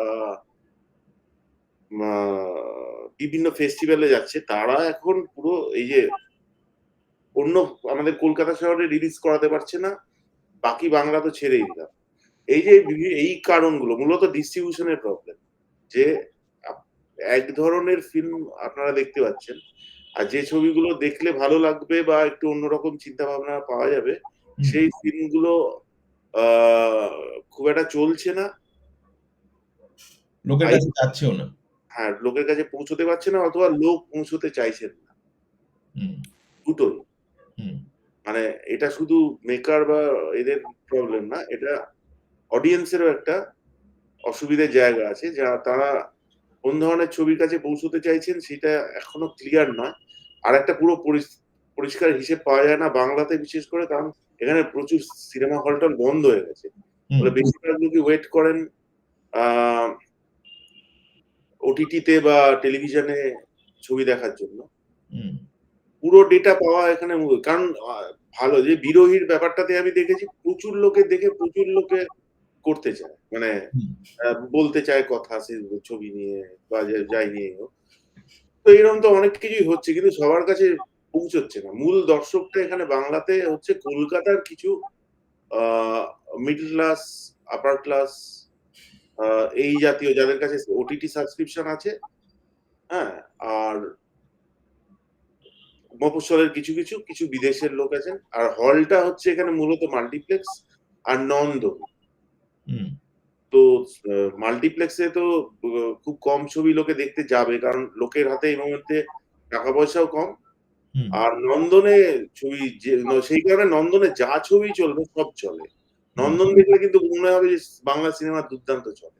হুম নন্দন ছাড়া বাকি জায়গা দেখলে, মাল্টিপ্লেক্স গুলো দেখলে মনে হবে যে না, কিছুই চলে না, কমপ্লিটলি আলাদা বিষয়, হুম মানে হুম আলাদা জিনিস। হুম হুম আমার নিজের ধারণা সিঙ্গেল স্ক্রিন গুলো থাকলে হতো, কিন্তু দুনিয়া অনেক পাল্টেছে। আর আরেকটা হচ্ছে, নিজের মনে হয় যে যারা প্রডিউসার বেশিরভাগই এখন যদিও একটু চেঞ্জ হচ্ছে, আহ, আহ, মাঝখানে তো একেবারে পুরোটাই অবাঙালি প্রডিউসার ছিলেন, যারা কিনা বাংলার যে রুটেড গল্প, হুম তারা ওরা একটা ফর্মুলা বোঝেন, সেটা বোঝেন, খানিক বাংলাও বোঝেন হয়তো, কিন্তু যে এই যে গল্প বলা, সেই গল্প বলা গেলে বাংলার গল্পটা কোন গল্পটা বললে ভালো হবে, হুম এই গল্প বুঝতে পারেন। আর এখন যেহেতু মাল্টিপ্লেক্সটা টার্গেট অডিয়েন্সের জায়গা হয়ে গেছে, ফলত সেই জায়গাটাই হবে, মানে ওই জাতীয় ফিল্মই তৈরি করার চেষ্টা করা হচ্ছে। ফলে আলাদা করে বিষয়বস্তুর দেখতে পাচ্ছি না খুব একটা, কিন্তু পারে, অনেকেই করতে পারে, সেটা আমার নিজের ধারণা। কিন্তু সেই জায়গাটা তৈরি হচ্ছে না, যে অডিয়েন্স পাওয়া যাচ্ছে না। নেটফ্লিক্স এখানে বাংলা ছবি নেয় না, কেউ বাংলা ছবি 50 লাখ টাকা দিয়ে বানালো, কোন একটা ওটিটি 12 লাখ টাকা কি 8 লাখ টাকা দিয়ে কিনলো, ফলত ওইগুলো হচ্ছে না। এই অনেক রকম, মানে আমি পুরোটা বিশ্লেষণ করার জায়গায় নেই, কিন্তু আমার এইগুলো মনে হয়। ঋত্বিক, এই যে এই এই একই বিষয়টা একটু যদি এটাতে অ্যাড করি, যে আমরা যখন ছবি নিয়ে বাইরে আলোচনা করি, ইভেন বাঙালিরাও, আর পার্টিকুলারলি যারা বাইরে থাকে, সিনেমা নিয়ে সোকল্ড ফিল্ম বাফদের সঙ্গে যখন আলোচনা হয়, কিছু হয়, খুব মালায়ালাম সিনেমার আলোচনা চলে, বা মানে ইদানিং খুব মালায়ালাম সিনেমার চল হয়েছে, বা মানে যেগুলো আগে কোরিয়ান ফোরিয়ান ওইসব নিয়ে আলোচনা হতো, এখন খুব মালায়ালাম সিনেমা নিয়ে আলোচনা, যেমন চোখ বন্ধ করে মানে ক্লিক করলেই 10-এর মধ্যে 8 একটা ভালো ছবি পাওয়ার সম্ভাবনাটা, সেটা মারাঠি সিনেমারও কিছুটা আসে যায় এক একটা ফেজ আসে যখন মনে হয় বেশিরভাগ মারাঠি সিনেমায় ভালো হচ্ছে। আদতে তো সব যে ভালো হচ্ছে তা তো নয়। কেরালাতে কথা বললে বোঝা যায় যে মালায়ালাম সিনেমার সবকিছু যে খুবই ভালো চলছে তা তো নয়। ইন্ডাস্ট্রি খুব ভালো চলছে সেটা আমরা অনেকেই জানি, নিউজেও দেখি। কিন্তু এই যে একটা বাজ চলতে থাকে, একটা কনভারসেশন চলতে থাকে জনমানুষের মধ্যে, আমি শুধু মিডিয়ার কথা বলছি না, আমাদের যদি রেকমেন্ডেশন বা ইয়ের কথা, বাংলাতে যখন ঘাটতে হয়, খুঁজতে হয় ইন্টারেস্টিং গল্প বা ইন্টারেস্টিং কন্টেন্টের, সত্যি কি একটা খরা চলছে, না এই জিনিসটা আমাদেরও পারসেপশন, আমাদের সবার পারসেপশন যে আগে যা ছিল সবই ভালো, যে একটা টিপিক্যাল ব্যাপার আছে না যে গোল্ডেন এজ ছিল এখন আর নেই। হুম। এটা কি সেই সাইকোসিস, নাকি অ্যাকচুয়ালি একটা খরা তো মানে একটা ইয়ে তো ডেফিসিয়েন্সি তো আছে তো স্টোরি টেলিং এ? একটা ডেফিসিয়েন্সি আছে, একদম নেই তা নয়। কিন্তু প্রদীপ্ত যে কথাটা বললো তার সাথে আমি প্রায় পুরোটাই একমত যে একেবারেই হচ্ছে নাটাও হচ্ছে আসলে খবরটা পৌঁছচ্ছে না। সত্যি তো এবারে 3টে ছবি রটারডামে গেছে, বা এর আগে ওই যে লোকার্নোতে গেছে। তো এই ছবিগুলো দেখানোর উপায় নেই। হুম এই যে ছবিগুলো দেখানোর উপায় নেইটা একটা খুবই প্রতিবন্ধকতা, বিরাট একটা প্রতিবন্ধকতা। হুম এবার এই ছবিগুলো আহ, দেখলে বোঝা যেত মানুষ ছবি দেখেন, কোন ছবিটা দেখেন কোন ছবিটা দেখেন না। এটা নিয়ে আমরা এতটাই এতটাই মানে কতগুলো বদ্ধমূল ধারণার বশবর্তী হয়ে রয়েছি। হুম অথচ এই যে মালায়ালাম ছবির কথা আপনি বলছেন, মালায়ালাম ছবিতে কিন্তু নানান রকম ছবি এই দর্শকরাই দেখছে। হুম দেখার এক্সপোজারে তো আজকাল সত্যি আর কেউ খুব একটা পিছিয়ে নেই, হুম সবাই তো প্রায় সব দেখেন। কিন্তু একটা ফর্মুলাকে ফলো করতে গিয়েই হয়তো সর্বত্রই একটা বড় রকমের একটা একটা তো খরা আমি দেখতে পাই। সেটা আমি কাজের ক্ষেত্রে দেখতে পাই।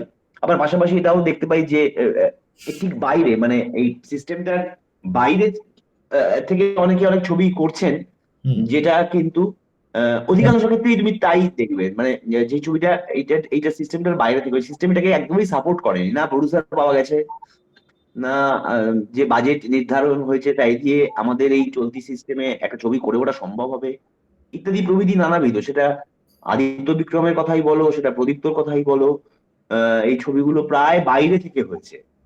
তো এই যে, এবং আহ, এই জিনিসটাও একটা অভাব। এই জিনিসটা পাশাপাশি ঘটে ঠিকই, কিন্তু আরো অনেক ভালো ছবি হওয়ার কথা ছিল, কারণ সিস্টেমের মধ্যেও তো প্রচুর ছবি হচ্ছে। সেখানে একটা তো খরা আছে, সেটা সত্যি আছে বলেই মনে হয়। এবং আমার মনে হয় সেখানে এই যে যে দর্শকের কথা প্রদীপ্ত বলছে, যে এই যে মাল্টিপ্লেক্স কেন্দ্রিক হওয়ার কারণে ছবির সাবজেক্টেও একটা সেরকম একটা দিক, আমরা বড্ড বেশি একটা অদ্ভুত শহরের একটা অদ্ভুত পোর্শনে আটকে গেছি, গোটা শহরটাতেও নেই। হুম আমাদের ছবির চরিত্ররা, আহ, সেইটা তো খুবই আশ্চর্যের ব্যাপার। আর সেটা যে ভালো নয় সেটা আর আমার বলে দেওয়ার অপেক্ষা তো রাখে না। মানে আমরা কোথায় বা আলাদা আলাদা বাঙালির বিষয় নিয়ে বাংলা ছবি করছি, হুম সেটার তো একটা অভাব আছে, একেবারেই আছে। মানে গল্পগুলো বেশিরভাগই কলকাতা কেন্দ্রিক বা কলকাতার বাইরে বেরোনোর প্রবণতা অ্যাকচুয়ালি আছে। একটা দক্ষিণ কলকাতা কেন্দ্রিক বা উত্তর কলকাতা হলেও এমন একটা চেনা গলি কেন্দ্রিক, যেটা হুম আমরা অন্তত 80টা ছবিতে দেখেছি। হুম হ্যাঁ, তো ফলে উত্তর কলকাতার ছবি বললেই আমাদের মাথায় আসলে একটাই ছবি আসে, কেন আসে? হুম হুম সেটাই অসফলতা হুম আসলে হুম এক প্রকার। হুম এইভাবে তো আছেই, এইটুকু এই খামতিটা তো আছে, একেবারেই আছে। আচ্ছা অমিত, আহ, আরেকটা বলে দিই, গ্রামের ছবি গ্রামে শুট করলেও লেন্সটা কলকাতার হ্যাঁ হুম। একটা এক্সোটিক পয়েন্ট অফ ভিউ, ইয়ে, হ্যাঁ সেই একটা অসুবিধাজনক জায়গা, ফলত ওই রুটেড হচ্ছে না বলছি যেটা। হুম হ্যাঁ হ্যাঁ, অমিতকে বলছি। হুম হ্যাঁ মানে ওই একই ব্যাপার। যদি ইয়ে করি যে আম, যে এই এই ধারণাটা কেন জন্ম নিচ্ছে, বা আমাদেরই এটা কেন মনে হচ্ছে, বা বাইরে কেন মনে হচ্ছে লোকের, যে বাংলা সিনেমা নিয়ে ঋত্বিক সত্যজিৎ মৃণালের পরে আর আলোচনা করার কিছু নেই বা ইন্টারেস্টিং কিছু নেই। এটা নিউ মানে এমনি বাঙালিদের তো, বাঙালি না সবারই একটু বেশ মোটামুটি সন্ধ্যেবেলা কাজকর্ম শেষ হয়ে গেলে তক্তপোষে একটু তামাক টামাক হুকে মানে হু করে বসে। আমাদের প্রাচীন অভ্যেস আছে যে একটু ঋতগৌরব পুনরুদ্ধারের কথা বলা। হুম এখানে এই মুহূর্তে যে কটা ইনসিডেন্ট পাওয়া যাচ্ছে বা যে ইন্ডিভিজুয়ালস গুলোকে পাওয়া যাচ্ছে, হুম বেশ বসে আছি একটু কথাবার্তা বলি, সময় টাইম পাস হয়ে গেল। মানে এগুলো খুবই জরুরি। কেননা পিছনে কি হয়েছে পিছনের দিকে তাকিয়ে এগোনোটা খুব জরুরি। আর এই পিছনের দিকে তাকিয়ে এগোনোর যখনই প্রশ্ন আসে, হুম তখনই বিষয়গুলো অন্যরকম হয়ে যায়। হুম তো তখনই সেগুলো চোখে পড়ার মতো বিষয়। মানে এই সেইটা একটা পয়েন্ট আরকি যে, আর তারপর বাকি তো প্রদীপ্ত ঋত্বিক বলল যে, একটা সিনেমা বানানো হলো, সেটা যদি দেখতেই না পায়, হুম তাহলে আর মানে কি করে লোকে বুঝতে পারবে যে ভালো, মানে সে রিজেক্টও করতে পারবে না। দেখতে না পেলে তো রিজেক্টও করবে না হোলাটি দিয়ে। হুম হুম সেটা তো দেখতে পেতে হবে রিজেক্ট করার জন্য বা গ্রহণ করার জন্য। হুম সেইটা তো খুবই এখন একটা গুরুত্বপূর্ণ বিষয় হয়ে দাঁড়িয়েছে। আর ওই ২-১ জন যারা আছে যে আ পেছন দিকে তাকিয়ে এগোনোর কথা ভাবছে, হুম পিছিয়ে গিয়ে এগোনোর কথা ভাবছে। সেই ছবিগুলো তো আর খুব একটা আসছে-টাসছে না। মানে দেখা যায় না আরকি। হল-টল পাওয়া যায় না। হুম এসব হচ্ছে। আশা করি ঠিক হয়ে যাবে। আর বিশদে আমি খুব বেশি বলা মুশকিল আমার পক্ষে। ওরা তো বললই সব কথা। তো ওইটা খুবই গুরুত্বপূর্ণ কথা বলল আসলে। কলকাতার লেন্স দিয়ে গ্রামকে দেখা। মানে হুম আমি রিসেন্ট আ এটা বলতে ইচ্ছা করছে যে আমি রিসেন্ট শান্তিপুর, তেহট্ট, চাকদায় অনেকগুলো মফস্বল নাটক দেখতে গেলাম। তো সেখানে তেহট্টর একটি নাটক, তারপরে বগুড়া, বগুড়ার নাটক দেখলাম। অনেকগুলো নাটক দেখলাম। এবারে আ খুব ইন্টারেস্টিং লেগেছে, আমার ধাক্কা দিয়েছে। খুবই সাধারণ একটা প্রোডাকশন, প্রচার নাট্য। আমি লিখেওছি ওটা।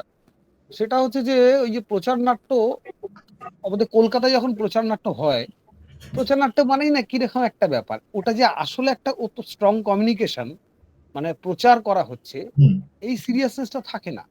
হুম এবারে আমি ওইখানে গিয়ে দেখলাম যে কলকাতায় যে স্পিড দেখে আমরা অভ্যস্ত, ও ওইখানে নেই। মানে আমি ১ম নাটকটা দেখতে বসে আমার ১ম ১০ মিনিট অ কি হচ্ছে, এটা স্লো কেন?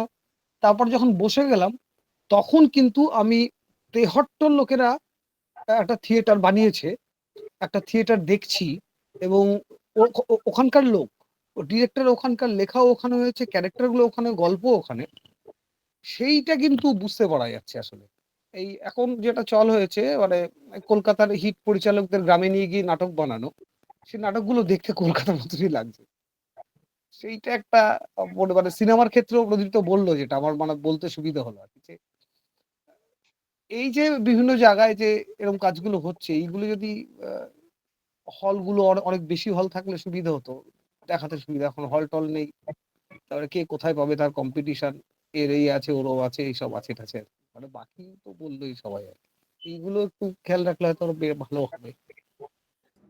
না মানে হিসেবেও আমার মানে আ গল্প হিসেবেও বা বাঙালি হিসেবে আমার মনে হয় যে সবকিছুই যে বাঙালি শুধু কলকাতাতেই আছে বা পশ্চিমবঙ্গেই আছে, তার বাইরে যে কত ধরনের গল্প থাকতে পারে।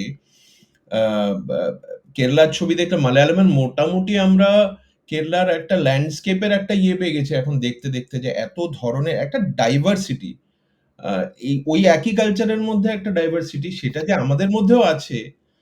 আর বিভিন্ন ধরনের বিভিন্ন ডায়ালেক্ট সেই বাংলার মধ্যেই কত ধরনের ভেরিয়েশন থাকতে পারে সেটাই মানে আ হ্যাঁ, জিনিসটা রিফ্লেক্ট হয় না আরকি।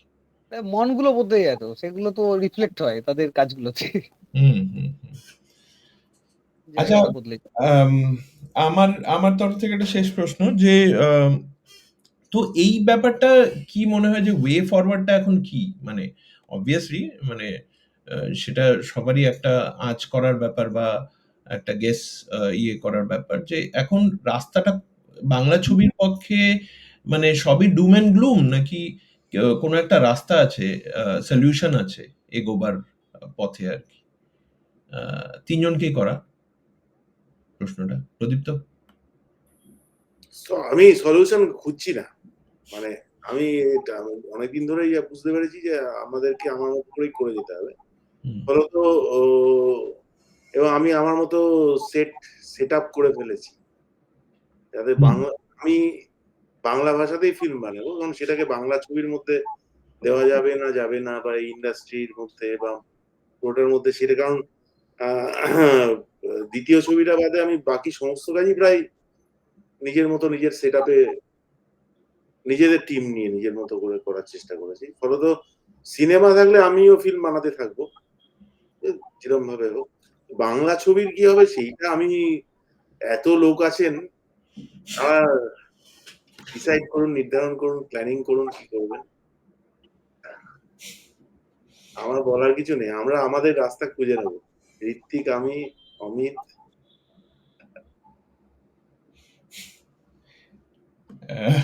ঋত্বিক?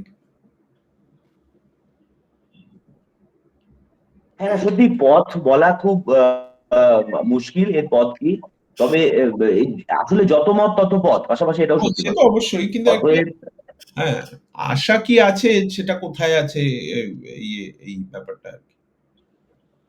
হ্যাঁ, আশা মানে একেবারেই আশা ছেড়ে দিয়ে তো আহ, ছেড়ে দিলে তো থেমে যেতে হয়।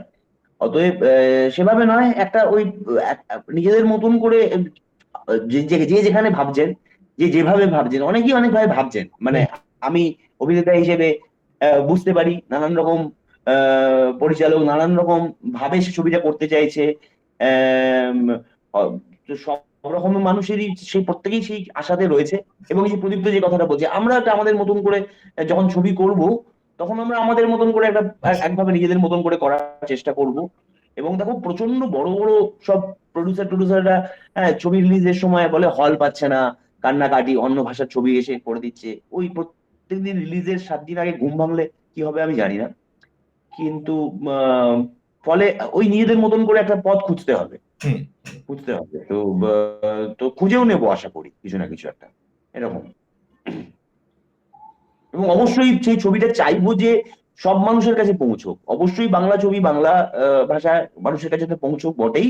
আর ছবি যদি রসোত্তীর্ণ কালোত্তীর্ণ হয়, সেই ছবিটাও যাতে অনেক আরো বেশি মানুষের কাছে পৌঁছে নিয়ে যেতে পারি, সেই চেষ্টাও করবো। হুম। হ্যাঁ, একদম এইটুকু। তারপর দেখে দেখা যাক কি হয়, এই আর কি। আমি মানে ঋত্বিককে জাস্ট এই প্রশ্নটির সূত্র ধরে যে মানে প্রডিউসার হিসেবে যখন আসছো তখন মানে কিছু প্ল্যান কি করেছো, না জাস্ট এটা ভালো লেগেছে তো নজরের বেলা আমি কো প্রডিউস করলাম ইত্যাদি ইত্যাদি, বা কিছু না, প্ল্যান আমরা আছে? আসলে আমরা না, আমরা প্রদীপ তো আমাদের এটাই কোম্পানিটা আমাদের দুজনের কোম্পানিটার নাম 180 ডিগ্রি। এখন আমরা এর আগে যেমন ওয়েব সিরিজ করেছি, বিরোহীর কথা, সেটা ইউটিউবে করেছি। এবং ছবি করেছি, এবং আরো নানান রকম, মানে এত বছর একসঙ্গে থাকার ফলে অনেক কিছুই আছে যেগুলো এমনি আমাদের রোজের রোজের রেগুলার জীবনে হয়তো আমরা সেটা করতে পারতাম না। মানে শুধু প্রডিউসার হওয়া নয়, মানে আমরা ইউটিউবে ঝালাগান পালাগান বলে একটা শো করেছিলাম। সেই শোটাও করে উঠতে পারতাম না আসলে প্রডিউসার না হলে। তো এরকম আরো যা যা মনের মধ্যে জমে থাকা ইচ্ছে আছে, সেগুলো সবগুলোই করবো। তার মধ্যে অবশ্যই সিনেমা একটাও, মানে তার মধ্যে অতএব তোমার ভিডিওটা বল, তোমার মানে audio podcasting, correct, audio story, এবং হ্যাঁ। আমরা অডিও নিয়ে ঋত্বিকের প্রচুর বিভিন্ন ইন্টারেস্টিং ভাবনা চিন্তা আছে, সেইগুলো আমরা প্ল্যানিং করছি যে আমরা 180 দিয়ে করবো। মানে আমরা পডকাস্টও আসলে অনেক কিছু করা যা হয় না, যেগুলো আমরা হয়তো ও এডিট করেছে, পরিচালনা করেছে, আমি অভিনয় করে গেছি। তো আরো অনেক কিছু কমন করার ইচ্ছে আছে, অনেক কিছু সেগুলো সবগুলোই, মানে সেগুলো সব ট্রাই করব। তার তার মাঝখানে অবশ্যই সিনেমা আছে, আমরা সিনেমা করেছি, সিনেমা করতে দুজনেই নানান ভাবে সিনেমা করতে চাই। তো অবশ্যই সিনেমাও তার একটা বড় একটা অংশ। তাহলে আমরা আরো দু একটা প্রডিউস করিনি তা না, সেগুলো নাম এখন বলছি না, মানে আমাদের ফিল্ম না, কিন্তু আমরা খানিকটা কো প্রডিউস হ্যাঁ, করি। হ্যাঁ, খানিকটা এটা করে প্রডিউস করেছি। হ্যাঁ, তো সেগুলোও আসবে আর কি কয়েক।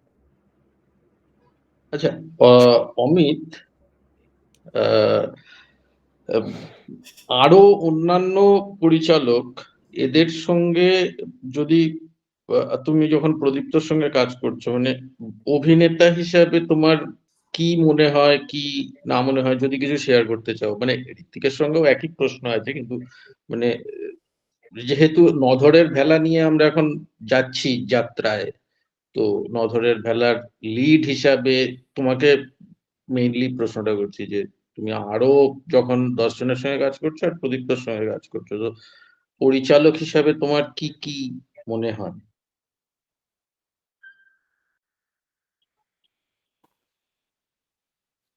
মানে প্রদীপ্তর সাথে স্পেশালি কাজ করতে যাওয়ার মজা হচ্ছে, প্রদীপ্ত ফিল্ম বানায় এবং ভালো ফিল্ম বানায় নাকি লোকজন বলে। ঋত্বিকও খুব ভালো অভিনেতা, আমিরকেও লোকজন বলে টলে। এইখানটায় না মানে ওইটা আর কাজ করে না আসলে। মানে আর তারপরে পেশার কিছু সমস্যা আছে। পেশার কিছু ঝঞ্ঝাট আছে। মানে পেশা হয়ে সেইটা এখানে কাজ করে না। সেটা মানে ও মনে হলো যে এ তাহলে ওকে বলে দেখা যাক। ও কি আর কিছু একটা বুঝেছে। আমিও কিছু একটা বুঝেছি। আমরা এবং ঋত্বিক এরকম আরো অনেক অভিনেতা এবং বিশেষ করে আমার যেটা মানে খুবই আমি এটা বুঝতে পারতাম না আগে যে একটা সিনেমা মানে একটা সিনেমা বানাতে গেলে প্রোডাকশন এর গুরুত্ব কতটা। একটা প্রোডাকশন টিম এবং প্রোডাকশন টিম মানে শুধুই মাত্র কোনো যে এর সেট করে দেয়া মেথড, ওর সেট করে দেয়া মেথড এরকমটা না। প্রোডাকশনটা আমি কি বানাতে চাইছি এবং সেখানে মানুষগুলো কারা এবং তাদের সম্পর্কে একটা সবারই জানাশোনা আছে, একটা বেসিক জানাশোনা আছে। সেইখানে সবাই কিন্তু ওই মিলিত হওয়ার প্রবণতা নিয়ে একটা চলো দেখা যাক। এইটা খুবই গুরুত্বপূর্ণ বিষয় আমার কাছে আসলে। মানে এইটা খুবই জরুরি বিষয় আমার কাছে আসলে। মানে সবাই মানে এটা হলে খুব ভালো লাগে। মানে এটা হলে তখন আর ওসব ব্যাপার মাথায় থাকে না যে আমি অ্যাক্টর বা আমি এটা পারি, ওটা পারি, সেটা পারি। বা এইখানটায় গিয়ে তখন ওই ক্রাইসিসটাও তৈরি হয় যে আ এতটা যখন কেউ আ ভরসা করে সেটা প্রেশার নয়, তার একটা রেসপনসিবিলিটি থাকে। সেই রেসপনসিবিলিটিটা বোধহয় মানে আ টাকাটা তো উপার্জন আরকি। মানে অর্থ উপার্জন। আর ও ও ও ও ও ও ওইখানে একটা দক্ষতা অর্জনের গল্প কোথাও থেকে যায়। ছবিটাতে মানে আমরা একসাথে কাজ করলে আরো ২-৩ জন পরিচালক আছে যাদের কাছ থেকে নিরন্তর শিখেছি আরকি। মানে পরিচালক এই গোটা টিমটা, গোটা প্রোডাকশন টিমটা। এইটা আমার কাছে একটা এক্সট্রা হিসেবে কাজ করে। এইটা মানে সুবিধা হয় আমার কাজ করতে এরকম করে। এইটা একটা বড় সুবিধা। মানে এই প্রোডাকশন টিমে 180 ডিগ্রি, প্রদীপ্ত, ঋত্বিক, সায়ন, শতাক্ষী, অরুণাভ, নিলয় আরো অনেক লোকে আছে। প্রত্যেককে মানে শুধু নামই চিনি না। আ ইঙ্গিতেও বুঝতে পারি। এই ইঙ্গিতে বোঝাবুঝিটা খুব জরুরি মানে অ অ বা এই এই এই কাজের ক্ষেত্রে। সেটা আমি আন্দাজ করতে পারি। ইঙ্গিতভাবে বুঝে না আন্দাজ করে আরেকটা ইঙ্গিত তারপরে এরকম করে একটা জিনিস দাঁড়ায়। তো এইখানে এই ফ্রিডমটা পাই আসলে। ফ্রিডম মানে রেসপনসিবিলিটি আসলে। এই আরকি।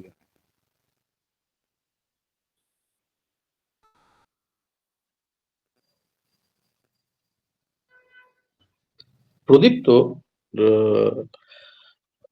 তোমার সিনেমায় একটা খুব মানে আমার একটা আমার নিজের যেটা মানে আমি একটা প্রদীপ্তর একটা সিনেমা আসছে, আমি দুর্দান্ত গান কিছু শুনতে পাবো। এটা মানে বর্তমান বাংলার কমার্শিয়াল প্যারালাল অমুক তমুক ইরেসপেক্টিভ, আমি একদম আরো অন্য ধরনের সিনেমা কোট আনকোট, বাংলাতে তো সবাই অন্য রকম জোয়ার বানায়, সবকিছুতেই অন্য রকম থাকে।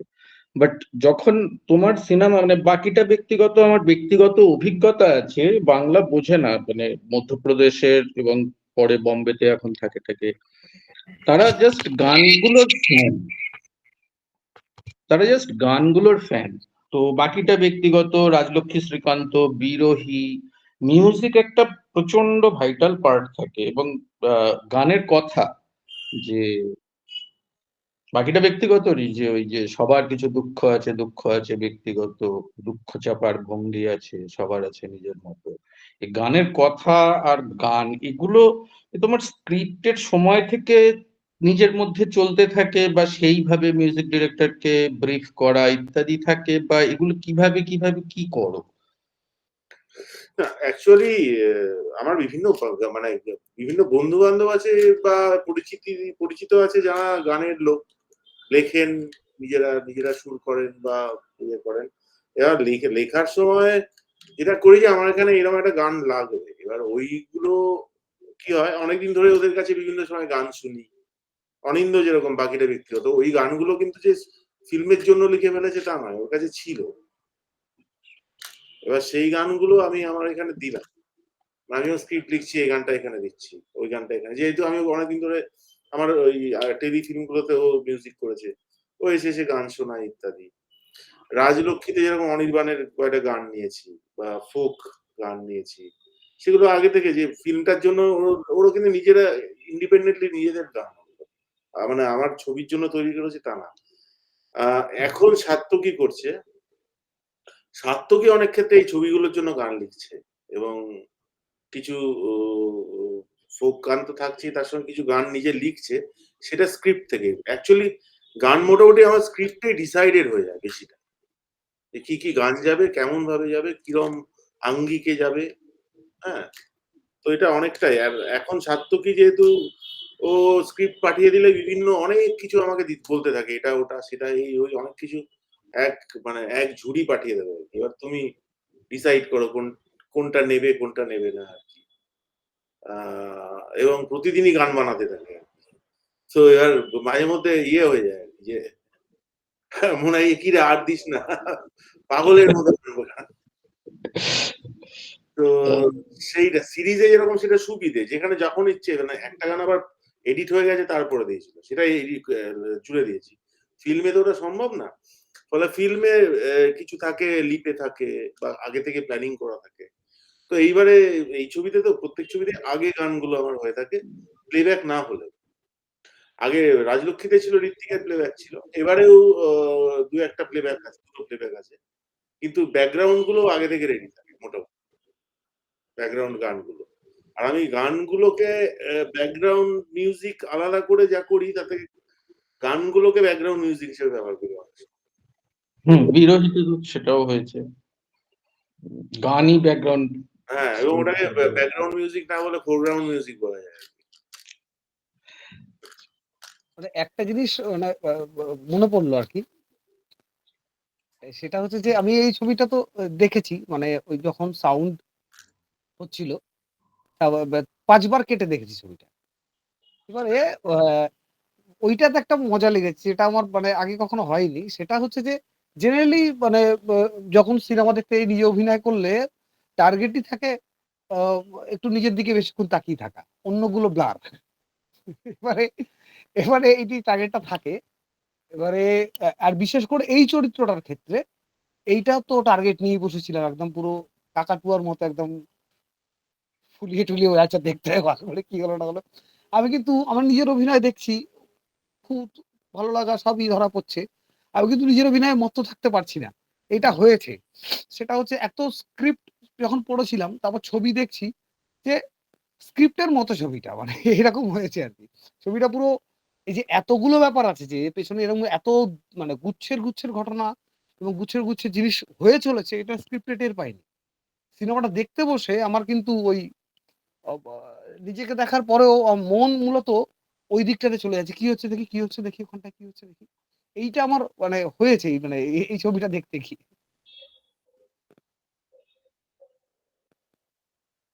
সেইটা আর কি। আর ঋত্বিক, অপরাজিতা আমার এই পুরোটা 2000 বাগে মানে পিঙ্কি আই লাভ ইউ থেকে অ্যাকচুয়ালি, তখন 2007 আর 25-এ এসে নদরের বেলা, পুরো জার্নিটাই একটা অপূর্ব। মানে সিনেমাতে কিভাবে এক একটা ক্যারেক্টার এক এক রকম। আচ্ছা, তোমার মানে এই যে গানগুলো তো স্ক্রিপ্ট যখন করছো তখন ডিসাইড করছো, তোমার যখন মানে এটা ঋত্বিক আর অমিতের জন্য প্রশ্নটা, যে তোমার মানে প্রসেসটা কিরকম, যে মানে স্ক্রিপ্টে যা আছে অ্যাজ ইট ইজ সেটাই করতে হবে, না অনেক সময় ইম্প্রোভাইজ করার ইয়ে পায় মানুষ, বা না আমি এটাই চাইছি তো এটাই হবে, এই মানে কি ধরনের ইয়েটা থাকে তোমার, বা অভিনেতা হিসেবে ঋত্বিক আর অমিত কি অনুভব করেছে? না, আমি আমি খুব বেশি যে এইটা 4 পা এগিয়ে গিয়ে ডান পা 5 পা ডান দিকে গিয়ে বাঁ দিকে তাকাও, অতটা করি না। মানে যারা একেবারেই নন অ্যাক্টর তাদের সঙ্গে করতে হয় কখনো কখনো, কিন্তু এমনি কখনো, কারণ ঋত্বিককে আমি জানি, অমিতকে মানে যারা আমি তো জানি যে কি করবে এবং কি করতে পারে, এবং আমি বলে দিলে বরঞ্চ একটু বেশি হয়ে যায়। টুকটাক টুকটাক করলে আশ্চর্য সব করতে থাকবে। তো তাদেরকে আমি ছাড়ি, মানে আমি ওই পুরো ছাড়ি বলতে কি ছাড়া নয়, মানে আমরা মিউচুয়ালি যেহেতু পিওর কোলাবোরেশন হয়, মানে ওরাও ক্রিয়েট করে আমিও করতে থাকি এরকম। এবং মানে ওর আশ্চর্য সব রিয়াকশন দেবে, যেগুলো আমার কাজ হচ্ছে তুমি এটাকে ঠিক করে তোলো। যেহেতু স্ক্রিপ্টটা করেছি এবং একটা তো বেসিক আলোচনা হয়েছে, আচ্ছা ঠিক আছে এরম ওরম সেরম সেরম ক্যারেক্টারটা কি, আমার একটা স্ক্রিপ্টে ওই ডিটেল লেখা থাকে আগে যে এই চরিত্রের বৈশিষ্ট্যটা কি, ওটা একটা খুব ডিটেলে লিখে রাখি। তো ওইসব হয়ে দু একটা আলোচনা হয়, তারপর খুব একটা খুব আলাদা করে, হ্যাঁ, আর এবং ইম্প্রোভাইজেশনের মানে জায়গা থাকেও। এবার আমরা গোটা গোটা সিন ঋত্বিক আর আমি ইম্প্রোভাইজ মানে শর্ট তুলে দিয়েছি আর কি, ওটা বড় সিন, মানে সিনটাই ইম্প্রোভাইজড, মানে স্ক্রিপ্টও নেই ওই সিনটা, মানে এমনি হয়ে গেছে। এরকম 4-5খানা টোটাল সিন আছে, আরো দু এক সাথে। তো অত ওটা থাকে না, মোটামুটি একটা তো শিওর যে এরকমটা হবে। এবার তারপর যেটা আরো ছেড়ে মানে ওর সাংঘাতিক। আর ঋত্বিককে তো তোমরা জানোই, অমিত মানে ওরকম আলাদা করে আমি যদি করি, সেটা যে যে ডিরেক্টর যেরকম কাজ করেন করতেই পারেন, সেটা আমার কোনো ইয়ে নেই, কিন্তু ওদেরকে ছেড়ে দিলে, কারণ আমি এই বাংলা ছবিতে ফিজিক্যাল অ্যাক্টিং এর জায়গাটা খুব কম আমি দেখেছি, মানে সেটার ব্যাপার ঋত্বিকের প্রচন্ড ওইটা আছে, সেইটা শুধু ফেসিয়াল খুব রিয়াকশন করলো, ডায়ালগ বললো, এ করলো, তার সঙ্গে ফিজিক্যালিটি যেটা দরকার, পুরো ধরো অনেকটা স্পেস নিয়ে এ হচ্ছে, ওই ওইগুলো একটা প্রচন্ড ইন্টারেস্টিং জিনিস ওগুলো। মানে যে সিনেমাটা করতে করতেও ভালো লাগে। অমিতের যেরকম, অমিত যেরকম ক্যামেরার সামনে গেলেই, ও এখন যেরকম ক্যামেরার সামনে গেলে পুরো কমপ্লিটলি আলাদা। তো সেইটা তো এবার কখনো কখনো যদি হ্যাঁ মনে হচ্ছে যে একটু, তখন একটা আলোচনা করে নেওয়া যায়, তাছাড়া আমার কোনো এ থাকে না। বেশ, আমার তো মোটামুটি মাথায় যা ছিল মোটামুটি বেশ হয়ে গেছে, মাথা খালি। আবার কখনো পরে কিছু হ্যাঁ, উঠলে অনেকক্ষণ কথা বলছি আমরা, হ্যাঁ, 8টা বাজে। ঘন্টা ধরে প্রায়। তো মোটামুটি, এবং প্রদীপ্তকে একটা কথা বলার, প্রদীপ্ত মানে অমিত, ঋত্বিক সবাইকে, যে এই যে মানে আমার প্রচন্ড ভালো লাগছে নজরের ভেলা এতে, মানে আমি নিশ্চিত আমার মতো আরো অনেকের ভালো লাগছে, যে আমার মনে হচ্ছে হয়তো আমিও যাচ্ছি, আমার কাজও যাচ্ছে, এরকম একটা সিরিয়াসলি এই ফিলিংটা আমার হয়েছে, যে এটা মানে বোধহয় কোথাও একটা প্রথমবার বোধহয় বাংলাতে বোধহয় প্রথমবার হচ্ছে এমনটা, মানে রটারডামে 3-3টে ছবি প্রিমিয়ার হচ্ছে। হ্যাঁ, একসাথে যাচ্ছে। হ্যাঁ। আমি প্রথমবার আমাদের ফিল্ম প্রথমবার আমি পাঠিয়েছি বাইরে। আচ্ছা আচ্ছা আচ্ছা আচ্ছা। তো মানে ভীষণ ভালো লাগা, শুভেচ্ছা, সমস্ত কিছু আর কি। তো ধন্যবাদ। আরে ধন্যবাদ নয়, সিরিয়াসলি মানে কোথাও একটা আশা তো থাকে যে আচ্ছা ঠিক আছে, এই ধরনের কাজও তাহলে হচ্ছে, আমরা দেখতে পাবো।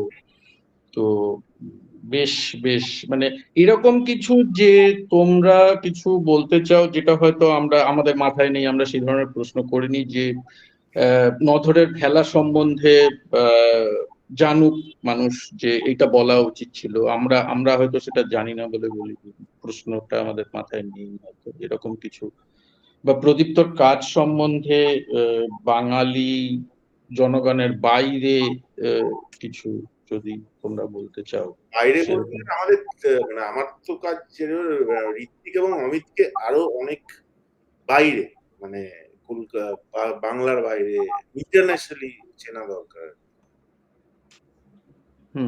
না, আমি বলছি হ্যাঁ, নধরের খেলা সম্বন্ধে কিছু, যে এগুলো মানুষকে বলা দরকার।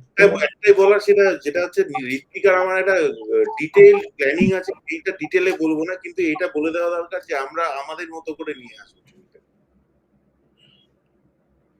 সরি, বুঝতে পারলাম না, খুব ইয়ে থেকে গেল। করে এখানে ছবিটাকে প্রেজেন্ট করবো, মানে আচ্ছা আচ্ছা। এইটুকু ছবিটাকে আমরা দেখানোর জন্য একটা নিজস্ব কোনো পন্থার কথা ভাবছি আর কি। এই যে দেখাতে অসুবিধা হচ্ছে মানুষের, আমরা সেটাও একটা চেষ্টা করছি যে সেটা নিজেদের মতন করে কিছু করা যায়, এই আর কি। মানে আর সেটা আরেকটা কথা বলার যে এই যে মানে ছবিটা নজরের বেলা এটা পবিত্র অনেক কাজেই হয়, নজরের বেলায় প্রচুর বেশি মাত্রায় আছে। মানে আহ, একটা গ্রাম কিন্তু প্রায় অর্ধেক এই ছবিটাতে আছে। কতগুলো অভিনেতা নেই, একটা একটা অর্ধেক গ্রাম আছে। এবং সেইটা সব ছবিতে চট করে হয় না, বা একটা ছবিতে আহ, তৈরিও হয়ে ওঠে না। সিনেমা একটা বিরাট টিম ওয়ার্ক, আমরা সবাই জানি। এবং সব সিনেমাই একটা টিম তৈরি হয়, কিন্তু প্রদীপ্তর কাজে, যেহেতু প্রদীপ্তর কাজ নিয়ে একটু আলোচনা হচ্ছিল, ওর যে টিমটা সেটা একটা ক্রিকেট টিমের মতন প্রায়। মানে দেখে মনে হয় এরা অনেক বছর প্র্যাকটিস করেছে একসঙ্গে। এরা মানে এরা এমআরএফ স্পেস ফাউন্ডেশনে ছিল, ব্যাপারটা এরকম, এখন ইন্ডিয়া খেলে। তো ব্যাপারটা প্রায় একটা এইরকম ঘটনা ঘটে। এই যে অমিত বলছিল যে ইশারাতেও বোঝা যায় সেটা, মানে যারা যারা ছবির মানে কাস্ট অ্যান্ড ক্রিউ, এরা সবাই প্রায় একে অপরকে, মানে মানে একটা বড় অংশ একে অপরকে অনেক বছর ধরে চেনে, এবং এই কাজেই একসঙ্গে যুক্ত হয়। এই পরিচালকের সাথে এরা অনেক বছর ধরে কাজ করছে, তিনটে অভিনেতা শুধু নয়, আরো অনেক। এইটা একটা আশ্চর্য পরিবেশ বলে আমার মনে হয়। একটা এত বছর ধরে এই ঘটনাটা ঘটতে থাকাটা একটা দারুণ ব্যাপার। একটা সেটা ছবিটাকে কোনো একটা ভাবে, আমরা তো মনে করছি যে কিছু একটা দেয়, এবং তারপরে ছবির যারা দর্শক একদমই এই ছবি আমাদের সাথে যুক্ত নয়, শুধুই ছবির দর্শক, তাদের কথা শুনেও মনে হয় যে আর একটা কিছু এক্সট্রা যোগ হয় এটার ফলে।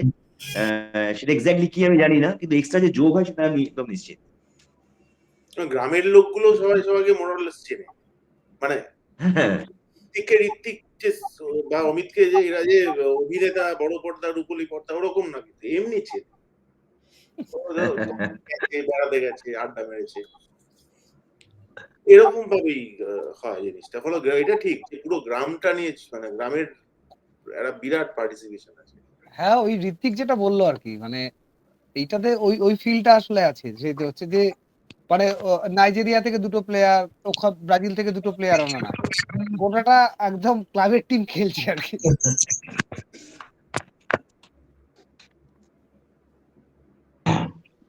বেশ।